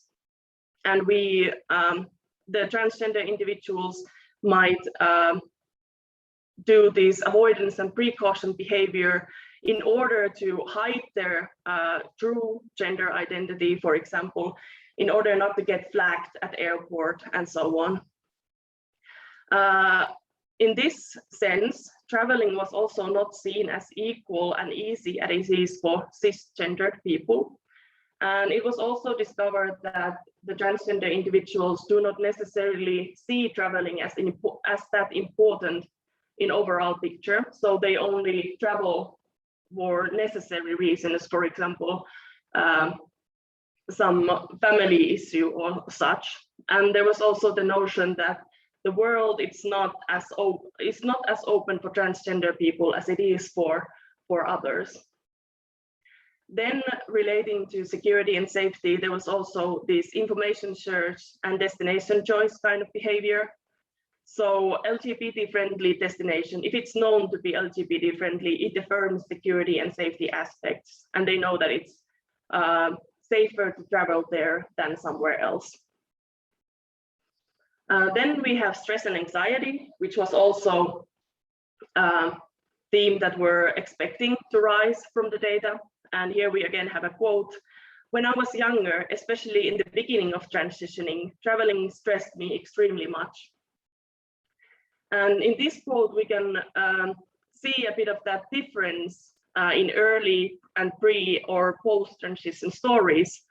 So as it seems that as a transgender person moves from that early or pre-transition stage to post-transition, they become more confident about traveling again, when they might have in the early or pre-transition stage, they might have completely avoided traveling just to not to put themselves in that uncomfortable situation. But in the post-transition stories, we could see that that feeling had changed and they started to enjoy traveling again. And there were stress and anxiety issues over multiple occasions. So, for example, this LGBT friendliness of the destination relating to the safety as well. So if you were in an LGBT friendly destination, you could relax more and be less anxious about the traveling. Then again, we have these points of entry and security checks. So for example, full body scanners at airports were a big cause of stress. And this is also apparent in previous literature. Then we have the concurrence of identity documents and gender expression. So there is a misclassification threat here. So it is possible that there's a transgender individual who is traveling and they have already passed in the transition phase to a point where they appear as their true identified gender, but their passport says something completely different. So this was a major cause of stress and anxiety because of the possible misgendering and misclassification threat. And then, of course, we have the laws and legislations here. So, for example, transgender individuals need to make extensive research on their destination where they are traveling, just to know and understand, for example, if there are laws that are restrictive of transgender individuals, and so.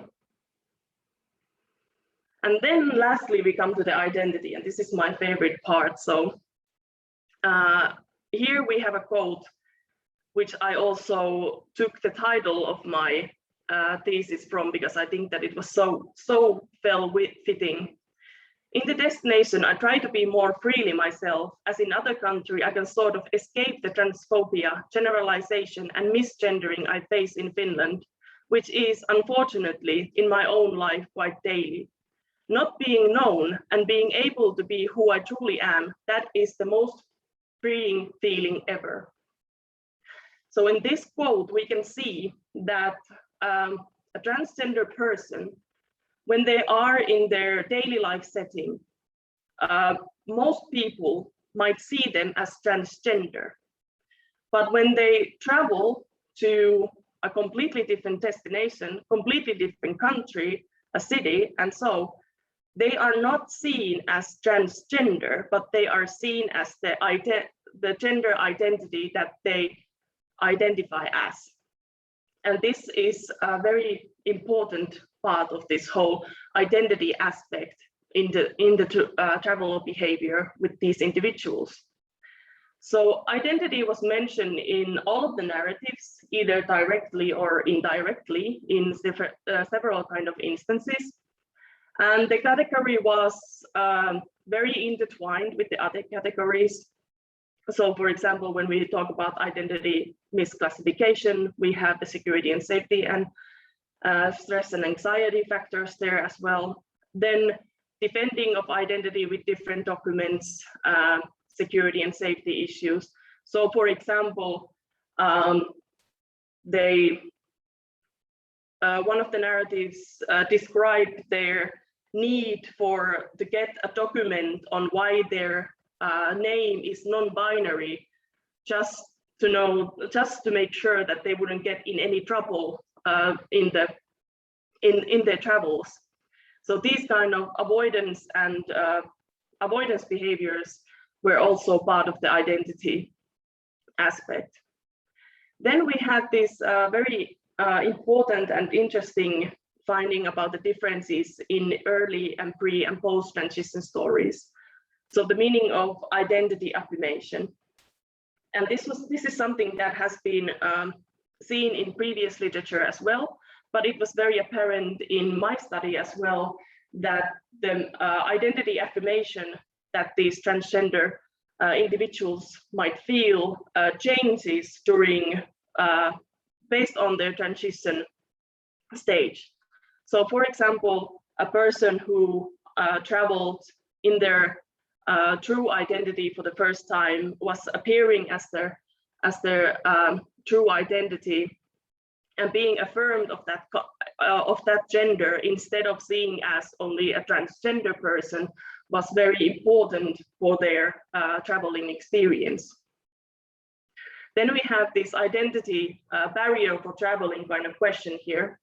So being transgender is illegal in some countries. So this was of course seen as a barrier. We cannot travel to everywhere. And this also connects to that the world is not as open for transgender people as it is for cisgendered people.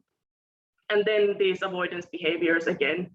So transgender people, they might need to hide their true identity in order to have a safe travel, which then again leads to the dysphoria about identity. And then lastly, we have the self-concurrence here. So regarding of identity, there was also this kind of notion that these transgender individuals do not necessarily only choose an LGBT-friendly destination because it is safe, but also because it resonates with their self-concept. And in here, we also had the call out for more LGBT and trans-forwarded industry influence. So more products, more services are needed to cater their needs. Then very quickly still about the findings of the narrative analysis. So when I started to do the narrative analysis, now we already had the theoretical contribution of the identity and personality here. So we did this narrative analysis in order to see if the findings are still valid, and we don't. I think that they were. As we can see, there were reconstructed. So we have pre-transition travel, post-transition travel, destination choice, and travel in general. We don't have the original 3 themes from the qualitative content analysis here, but that is because they are so central, especially the identity in the transgender travel experience, that it would have been hard to make a narrative of its own. So it's just included in all of these. And so in the pre-transition travel, just very quickly to go through these, we have the issues of the difficulties of travel, stress and anxiety becoming barrier for traveling, and travel not seen as desirable. So in the pre-transition stage, the transgender individual does not necessarily travel because they don't see it as worth of the hustle. Then in post-transition travel, we might have the first experiences of traveling in their own identity and get that gender affirmation and gender euphoria kind of feelings. And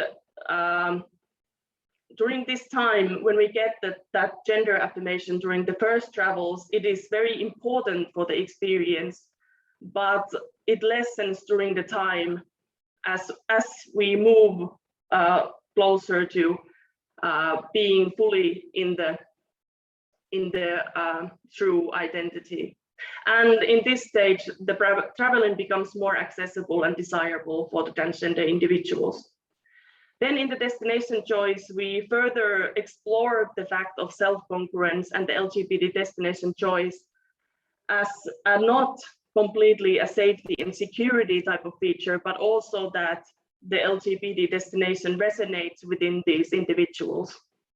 And then lastly, travel in general was exploring the need for products and services and destinations designed for transgender individuals, and also the problem of LGBT segment generalized based on the gay travelers that we have some research about. Then I have the conclusion slide here. So here we have the research questions answered. I'm not going to go deboning this right now as we just went through the findings, but I have it here anyway. And rather than starting to look more into this, I want to end my presentation to the thought or notion that in this study, we can see that the world that we see is very, the world that we see and tourism as it is, it's very binary gender society. And it can be for us and the businesses and the industry itself, it can be very hard to see and understand why this is such an issue. And in order for us to have tourism that is open for all, there needs to be something done in order to deconstruct that binary system in some way. I don't know what that way is, but I hope that during my time here, I will still be able to see the results of tourism being for all. Thank you. Thank you, Tuuli.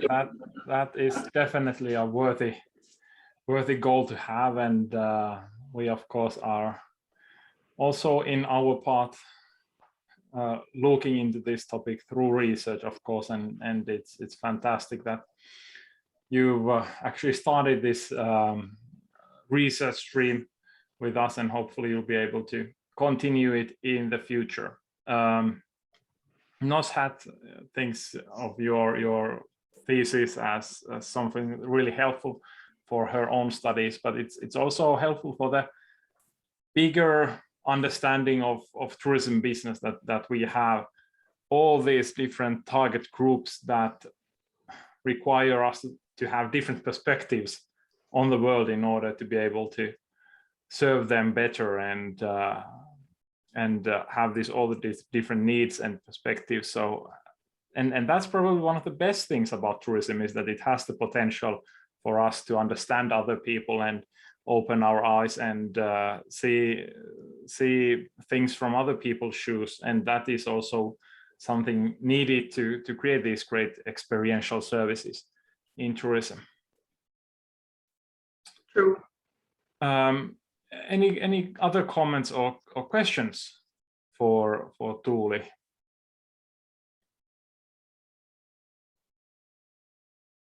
I've added information where you can find all the work that is written in our master's degree program. It's from our website, so including this, you can find them all from there, and also connect with our graduated students in different ways. But thank you, Tuuli, for your presentation, and we still have 2 more to go.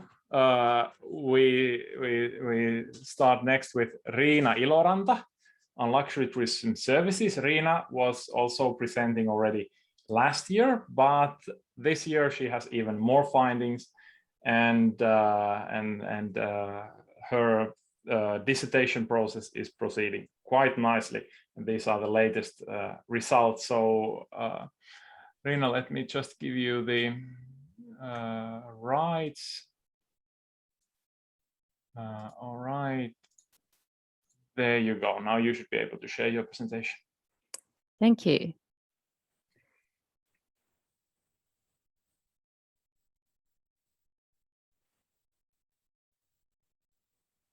So, as Juho said, my name is Riina Iloranta.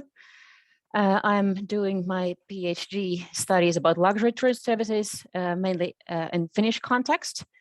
And during this year, I have published 2 papers, or the second one is forthcoming. So it's actually going to be published next year.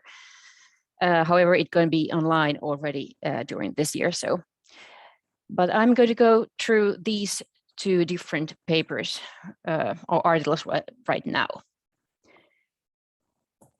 So the background of luxury tourism is that the whole luxury consumption has changed.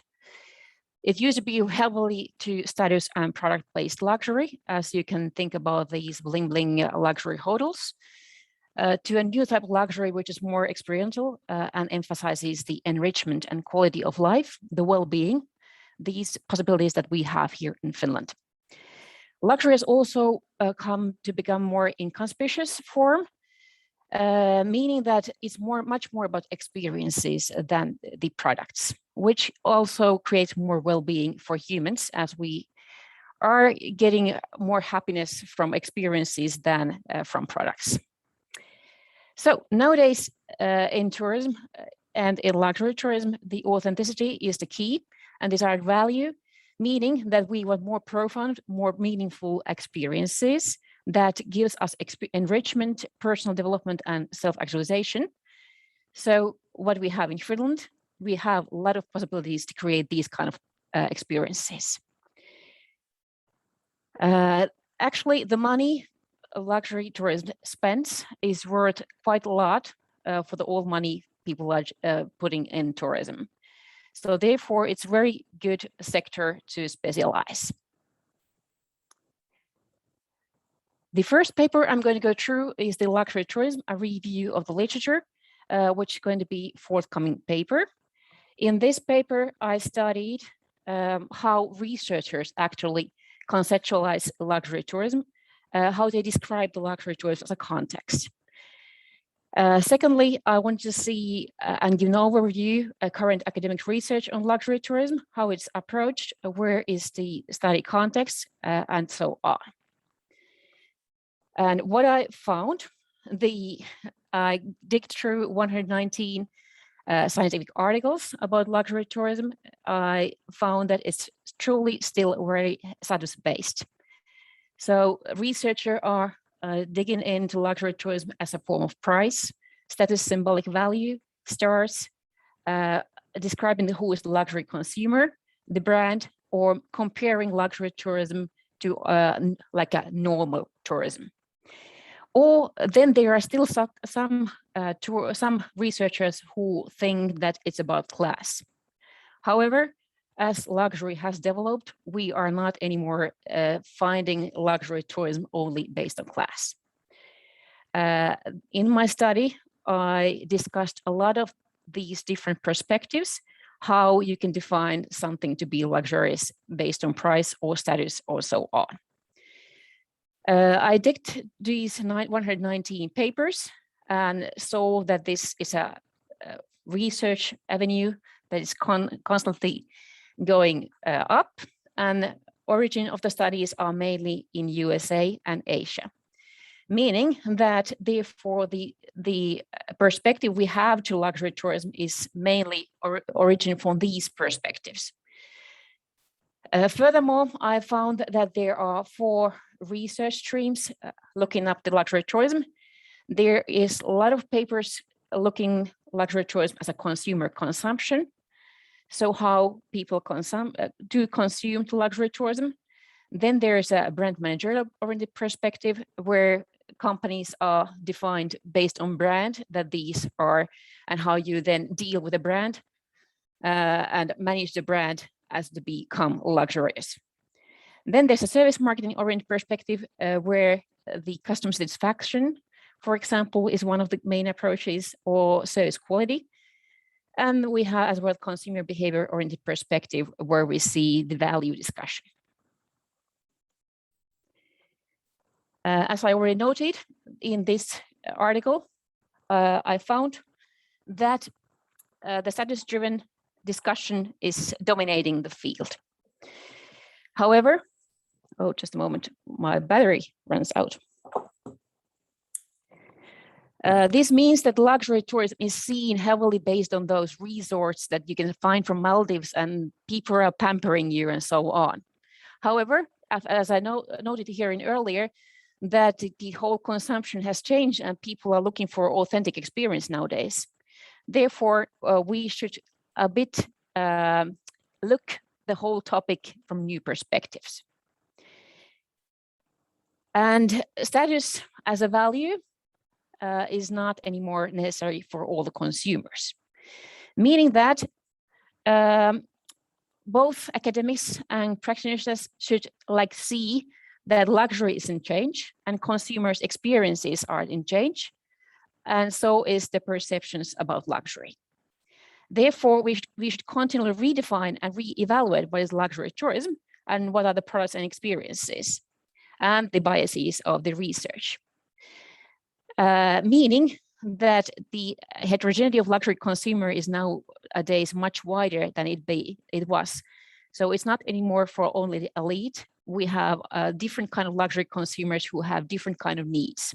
And therefore, we should always analyze who is our luxury tourism consumer and what kind of experience and value they are searching for. So that was the first article I published. The second one is with Raija. We kind of look what is the service provider's perspective on the luxury tourist experience as a product. In this, we first, the objective of the study was to investigate what is the Finnish luxury tourist experience product in today's world in Finland, and what kind of challenges do service providers have. And there have been a lot of calls about understanding this new kind of luxury, which is not anymore based on status. And there have been a lot of calls about how service providers like embed and trigger these kind of luxury experiences. And here we provided this kind of framework about what is a typical luxury tourist product experience in Finland. The main concept is about sensing luxury and feeling pleasure and meaningfulness by indulging unique and hedonic well-being experiences, where the service provider aims to customer making feel special. And we have a lot of these different kind of activities. We have activities for spirit and mind and self-development. We have sports and animal-related activities, activities aiming to learn about Finnish culture and society, as well for activities for relaxation and comfort. Meal experience is one of the most important things. There have to be local flavors, local pure materials enjoyed in restaurant or in nature setting. As well, we have private villas, luxurious tents like clamping or design boutique luxury hotels. However, there need to be 24/7 professional staff available and guiding, and transportation as well included, all think throughout the customer experience, the customer journey. Then we have the nature, which is like a non-commercial context. And there is the physical experience elements that remind more about like a traditional luxury. So there's a high quality products, but they reflect Scandinavian design, giving the authentic feeling. Then we have the human interaction elements, where is the presence, empathy of humans being available there, most important factors. Sometimes the experience is private, then there's only the customer and the service provider. In some cases, there are possibly other customers. What we found out, we have the non-commercial context, which is the forest and nature we have. And then we have the commercial product features that are coming from traditional luxury products. However, if you combine these, it may give like a meaningfulness to the well-being to the people. And that is something that we don't have seen previously in academic literature. Because previously, if you think about those resorts in Maldives, people are there pampered in commercial setting. We have the nature, the forest and everything, which is non-commercial, where you can enjoy purity, tranquility, and atmosphere like that, which is non-commercial and may give you combined to the luxury products and physical features we have as an experience, which may provide as well this kind of prudential value, which is not common in commercial services. Furthermore, service providers in Finland, they are balancing with different kind of luxury value expectations, meaning that there are people who are looking for status, there are people who are looking for intrinsic value for luxury. The service provider need to balance with these expectations and design all products from scratch to the point that they are totally finished with every customer, with heterogeneous luxury consumers. So they design every product from the beginning to the end. However, in this context, we try to go more for the intrinsic value. So finding out what is really meaningful for this certain customer.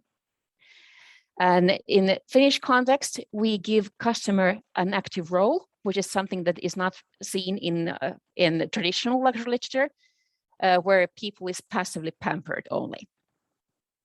And it's called like hedonic escapism. Luxury services should be seen as a continuum, meaning that the level of how a customer co-creates with service provider is different if you compare like a traditional or like a products designed for masses or these ultimate luxury experiences which are experienced in privacy. Here, the ultimate level of guides and how personnel is acting with the customer is very important. They play the vital role in storytelling, to keeping the product flexible all the time. Therefore, the biggest challenges with luxury tourism services is the customer insight and personal aspects. They will give the most challenges in luxury tourism service provision. We should rely these intangible aspects we have here in Finland with luxury experiences, and it may create us a longer term value when then competing with these destinations where everything is built from material elements like physical product elements. Furthermore, we should understand what are the hedonic and eudaimonic effects in our product and what the things customers are looking for, so that we can improve potentially and have an impact to customers' well-being and lives beyond the consumption activity itself. Their motivation and engagement create a prerequisites for these kind of experiences, and the possibility of that may increase then. Those were my 2 papers, which I have published during this year.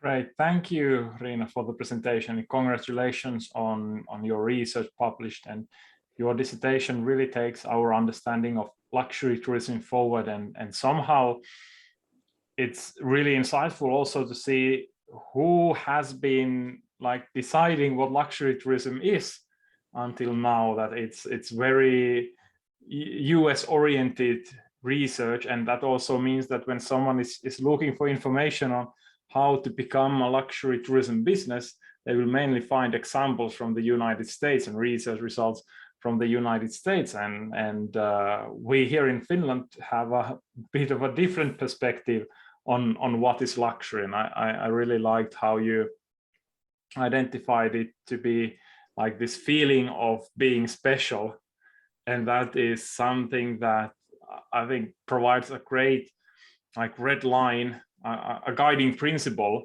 when anybody is designing any kind of luxury tourism services. So it's not just about like beautiful yachts and everything 5-star, but you can utilize different kind of approaches and perspectives to make other people feel special, and that also is a great possibility to like increase the service level of any tourism business.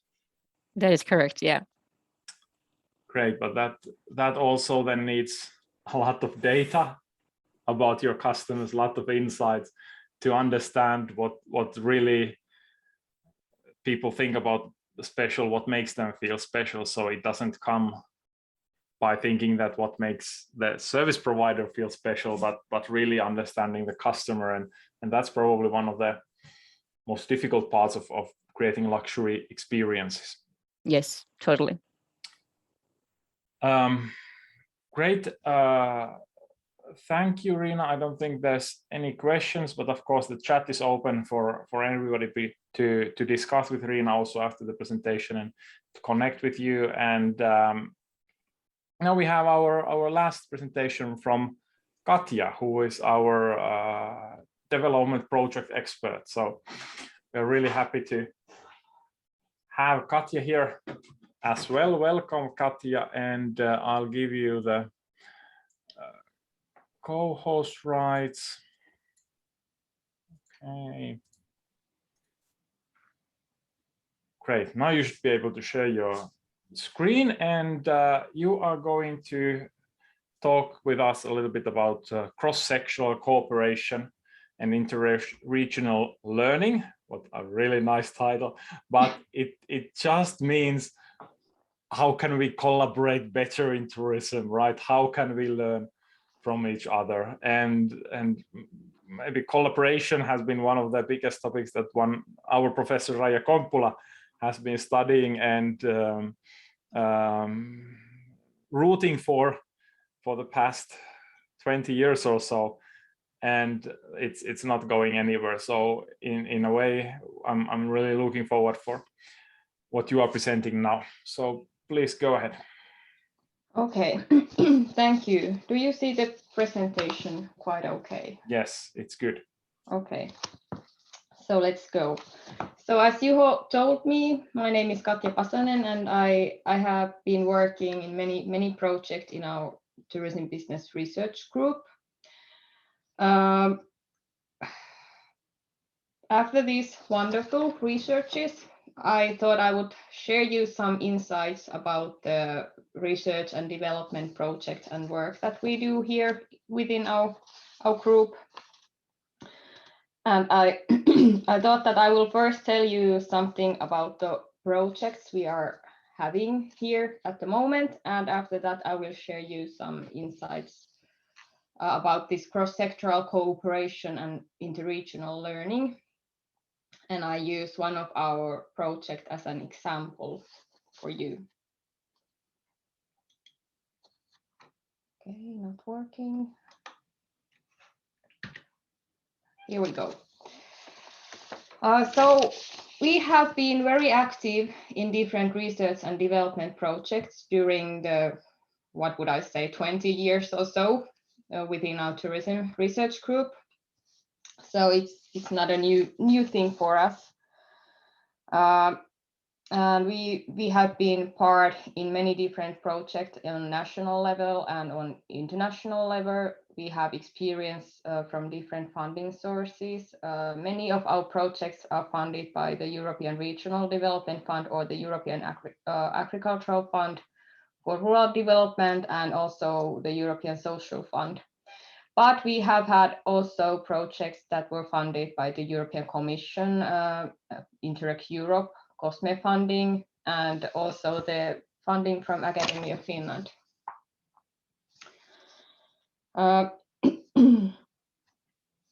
We see that this research and development work is very important for us. It gives us an opportunity to do cooperation with businesses, with variable organizations, with ministries, and also with international partners. It's very important to have at least some sort of societal impact and impact for the businesses to develop their actions and perhaps give, as Antti said, give some tips for the businesses how to perhaps do things a bit better. The themes of our projects are dealing with the same topics and themes that we are interested in our research. So most of our projects have been dealing with nature-based tourism, cultural tourism, wellness tourism, tourism and digitalization, destination marketing, consumer behavior, and of course, sustainable or responsible tourism. So we have at the moment 4 ongoing research and development projects. 2 of them are related to this European Capital of Culture context. The first one of them is called Vibrancy in Finnish Lakeland with the Saimaa phenomenon, Savonlinna's bid for the European Capital of Culture 2026. The aim of this project was to take part in the bidding process to become the European Capital of Culture for 2026 in Finland. The title went to Oulu, but the work we did and are still doing is very important for the development of the cultural sector in Eastern Finland. And there are also these cross-regional and cross-sectoral aspects in this project, since it involves 4 different regions in Eastern Finland. The other ECOC-themed project is called ECOC SME, Actions for Inducing SME Growth and Innovation via the ECOC Event and Legacy. It's Interreg Europe funded project, and it focuses on the ECOC's potentials to trigger, strengthen, and diversify local entrepreneurship by encouraging their creative, unconventionally cross-sectoral cooperations, clustering, and networking, as well as their internationalization. And this is the project I'm going to tell you more about a bit later. And we have also a third project that is dealing cultural tourism. It's called Kalevala Voyage to Mythology. It aims developing tourism products by taking advantage of cultural heritage and Kalevala mythology. And the last of our ongoing projects at the moment is the Karelian Wellness, which is a Karelia, let me just check, cross-border cooperation project. So it aims at developing wellness tourism in Finland and in Russia, in Karelia and Finland, and Finland in Karelia, sorry. Finnish Karelia and Russian Karelia, so cross-border research and business cooperation between these areas. And actually, to these last two projects that I mentioned, we have managed to employ two of our tourism marketing and management graduates. So these are important to us in many ways and in many levels, these projects. So now I will tell you shortly something, some lessons learned from these projects, good practices that we have come across. And the point of view I'm taking is this, how to trigger cross-sectoral cooperation via interregional learning. And firstly, I would like to say that basically these research and development projects are platforms. They are platforms for co-creation, cooperation, cross-fertilization of different actors, organizations, and ideas.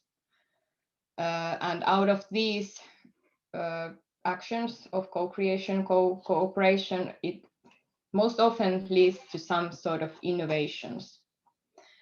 Through this project, we can learn and share our knowledge, our good practices. And these pictures are from the ECOC SME project context, where we had a lot of this sharing of knowledge and good practices, which I will tell you shortly more about. So the ECOC SME project is, as I said, an Interreg Europe funded project. It's a very good example of cross-regional, cross-sectoral cooperation. Of course, interregional learning can also be between different regions within one country, but this is an international project. We have 6 countries, 5 European capital of cultures, Kaunas, Leeuwarden, Timisoara, Rijeka, and Matera. Some of them have already hosted the title, some are still going to host the title in 22-23. So it's a very good platform for sharing the experiences, how to connect this European capital of culture and the CCI sector with universities, for example, and with the business sector also. Joensuu is there as we are the University of Eastern Finland, and the Karelian Institute is the lead partner of the project. We have this sort of an advisory role in this project.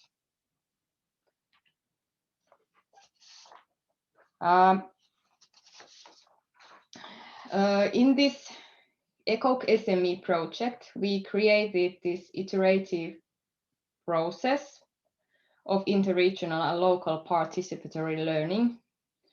We named this process as the sandwich model.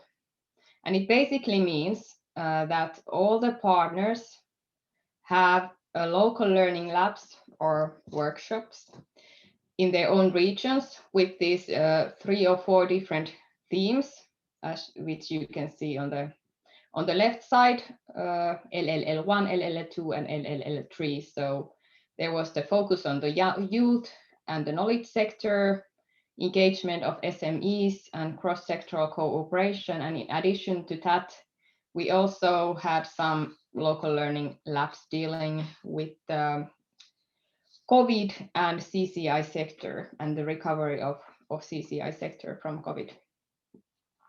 And after they held these local learning labs topic by topic and tried to find out what are the good practices within each topic in their region, we came together, these 6 different regions, had our meeting, shared our experiences, our good practices. And with these good practices, the project partners went back to their regions and share their knowledge there with their stakeholders. So a lot of sharing of the good practices, and this sharing actually leads to the creation of regional action plans. All the partners go through the good practices, deal with them with their stakeholders, and the aim is to create an action plan for the region for the development of the CCI sector and the ECOC. And they use these good practices in their action plans, either as they is, or they innovate them further to be better used for their region. And this this was an eco context, but basically this kind of model could work in every project or in the regional learning and sharing, creating new innovations. So the results or the benefits, or what this will lead in the future from the ECOC SME project. As I said, the partners have developed these regional action plans, and they are not just papers that are put to somewhere and no one ever looks at them again, but they are tested in the project phase 2, which just started in August. So what they have written in the action plans, they will test now.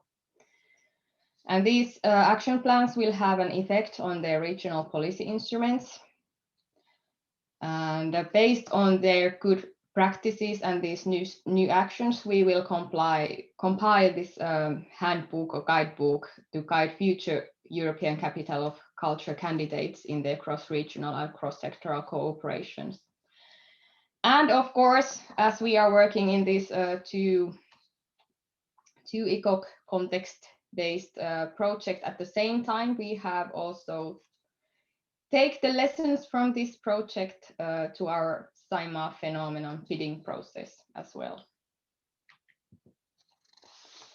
So some quick lessons learned from our projects or the cross-sectoral and cross-regional cooperation. It's not a rocket science. It's actually quite easy to trigger and bring people together, but it's a bit trickier to maintain this cooperation with stakeholders and between different regions.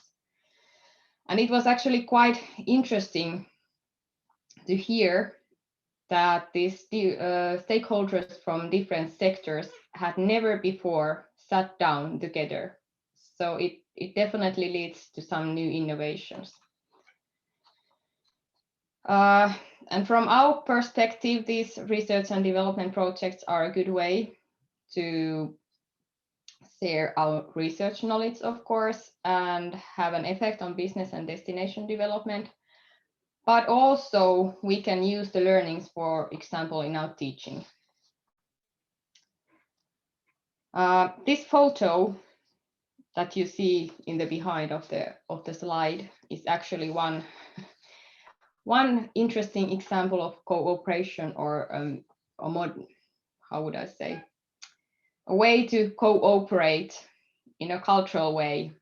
It's called Yhteissoitto Kantele, which is a kind of a Finnish traditional instrument, kantele, taking to the next level. There the 4 people can play it at the same time. So, and actually our regional leaders have been playing it together this actually last summer.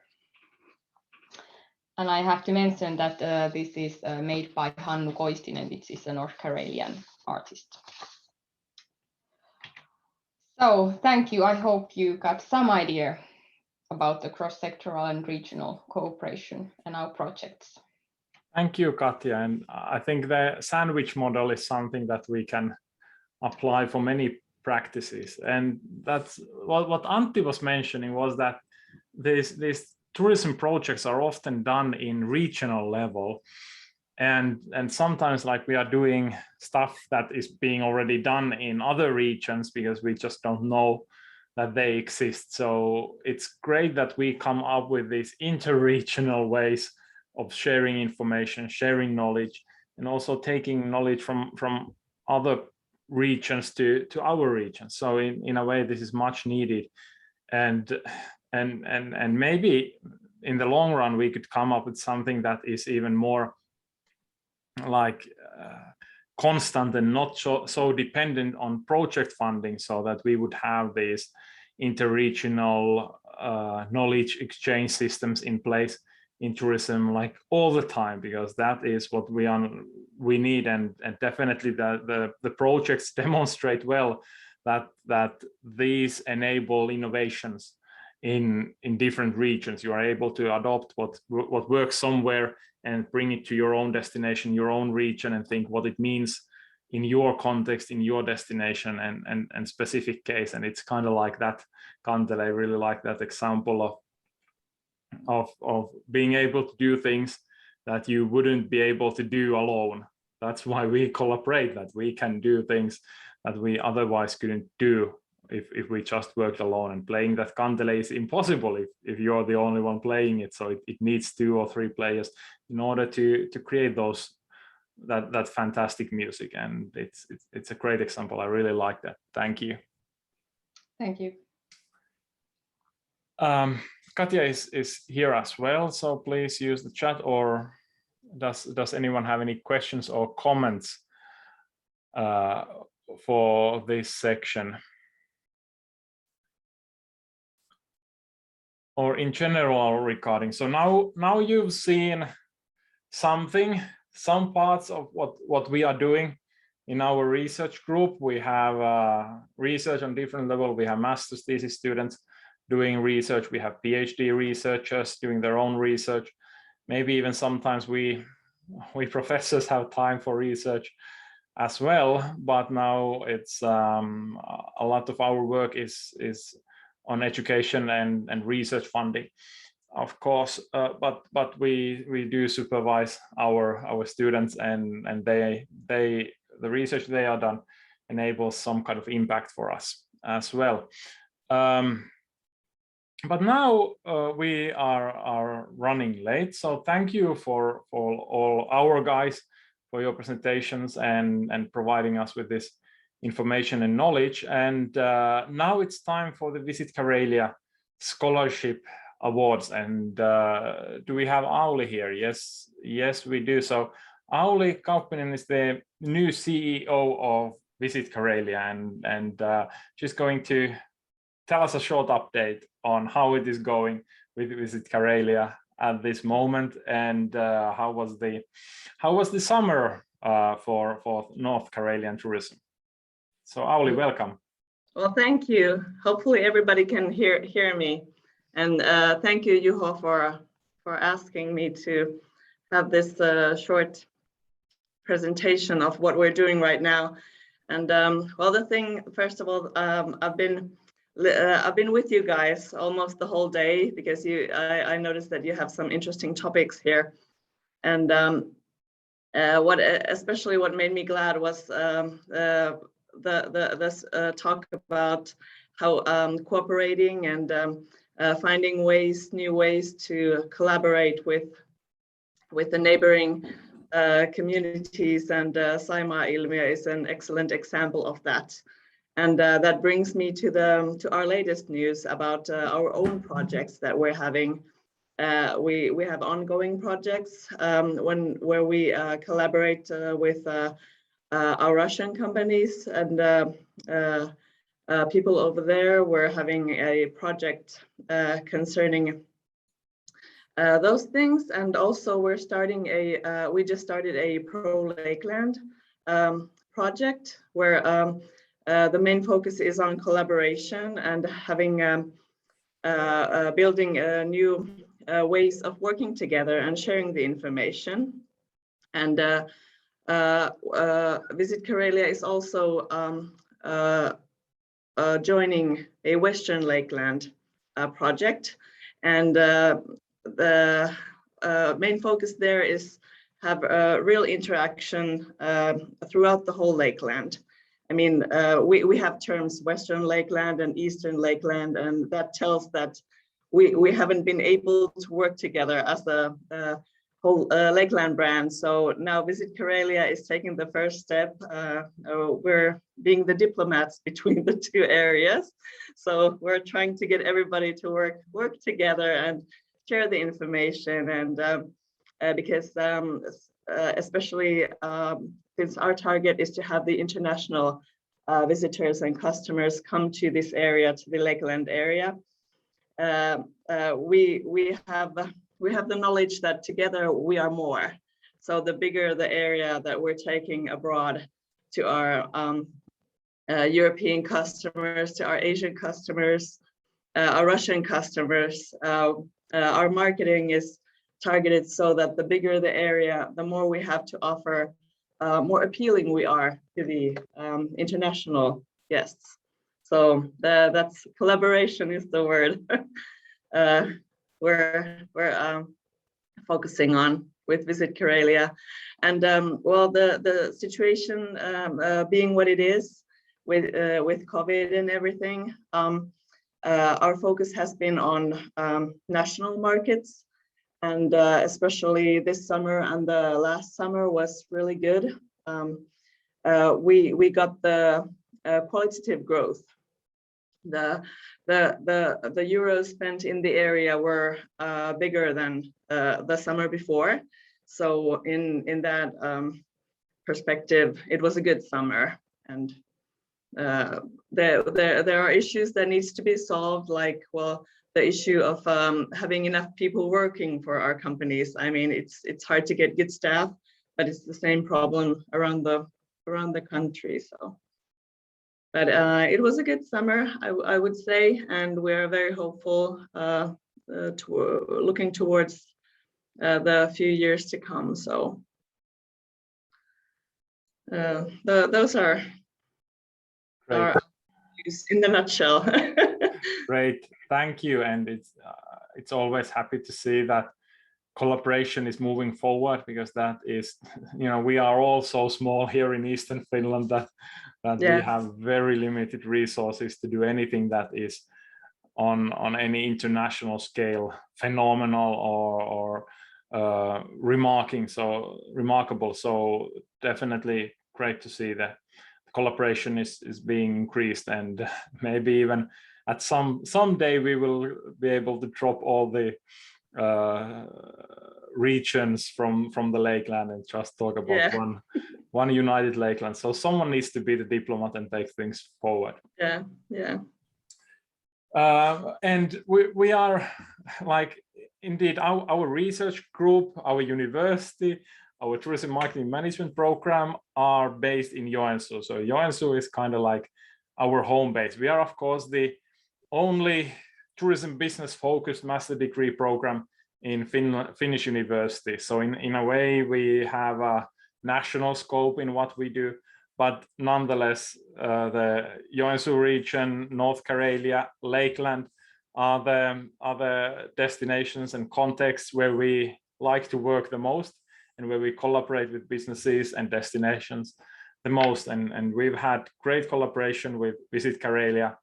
So far during our program, Jaakko Löppönen, the previous CEO, has been an active member in our program and has contributed to workshops and many other initiatives with our students. So collaboration, again, is one of the keywords here. And one of the excellent collaborations that we really enjoy in our research group and program is, of course, the Visit Karelia Scholarship Award. So for the past 2 years, Visit Karelia has been kind enough to support our program with 9,000 euro annual scholarship award, which is a really remarkable and important thing for our students. And we have divided that into 6 different scholarships, so it goes fully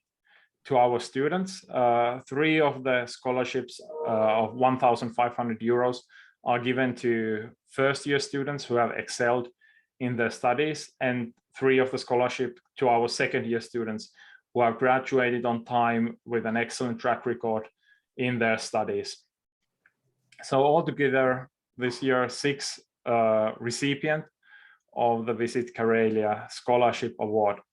And for the first-year students, so students starting in 2020, we are giving the scholarship and certification for Markus Rantsi. Markus is here, and Markus has been a really active student in our group, and not just based on activity, but also based on his success in studying. So we are really happy to award this certification and scholarship for Markus. We are as well happy to give the scholarship to Miisa Ruotsalainen, who has as well been active participant contributing to our studies and working hard with us for the past year as well. So congratulations, Miisa. And the last of the first year students, well, they are second year students now, they are starting their master's theses, so on, but nonetheless, the third one is Noshat Saravi, who is also present here in the webinar. I've seen her, so truly an active member and really positive spirit on our studies. She's all the way from Iran, so we are first of all humbled that she chose our program and that she has invested so much in studying with us. So congratulations to Noshat as well. So these are the 3 first-year students receiving the scholarship award, and we will find a way to deliver the certificates for you as well. But then we also have 3 second-year students who are, well, not students anymore with us. They've all graduated and are already working in the industry. The first one is Rosa Repo. She did her master's thesis on virtual tourism, and an excellent master's thesis that was. So congratulations, Rosa, for the hard work you've done during your second year of studies with us. Then we also have Annina Merilinna, who did her master's thesis on sustainable tourism topic. Definitely a big topic at this moment, and we're really happy that our students are considering and contributing to this topic as well. So congratulations, Annina. And the final scholarship award winner is Emina Lindfors, who did one of the first studies that looked at the Visit Finland, Sustainable Travel Finland program from the destination sustainability perspective in her master's thesis. So congratulations, Emina, as well. All these 6 students will receive the award, and we are of course happy on our side from University of Eastern Finland and Tourism Marketing Management Program to congratulate all these 6 students. And of course we are delighted and really happy that the Visit Karelia has supported our program and our students this way. So Auli, if you like to say a few words for the award winners, please go ahead. Yes, thank you. And congratulations on our behalf. And of course, congratulations to all of you who graduated, and best of luck to all of you who are still working on your studies. And you guys are what the country needs. more good people to work in the industry and take things forward, because we need new insights, we need new ideas, we need enthusiastic people to work with us and take things forward. I mean, it's a different world than it was 2 years ago. So a lot of the things that we have taken for granted and the things that we think we know we need to do, they don't apply anymore. So it is time to try something new and make a better future for all of us, and have people come to Finland and see the beauty of our country, and especially our region, because I've lived abroad. I've lived in Helsinki area, and I came back, and I'll never leave. So there must be something here that says that it's the best place in the world. So congratulations to all of you. Thank you, Auli. And indeed, the scholarship award winners have been really enthusiastic and are kind of like part of the backbone of our program. So it's great to have these guys joining us, and to have motivated students interested in the topic is a fantastic thing for us, and we are really happy that we can reward them this way. Yeah. So that concludes the official program of the webinar. I'll stop the recording now, but we can of course continue with a more unofficial discussion around the issues of today.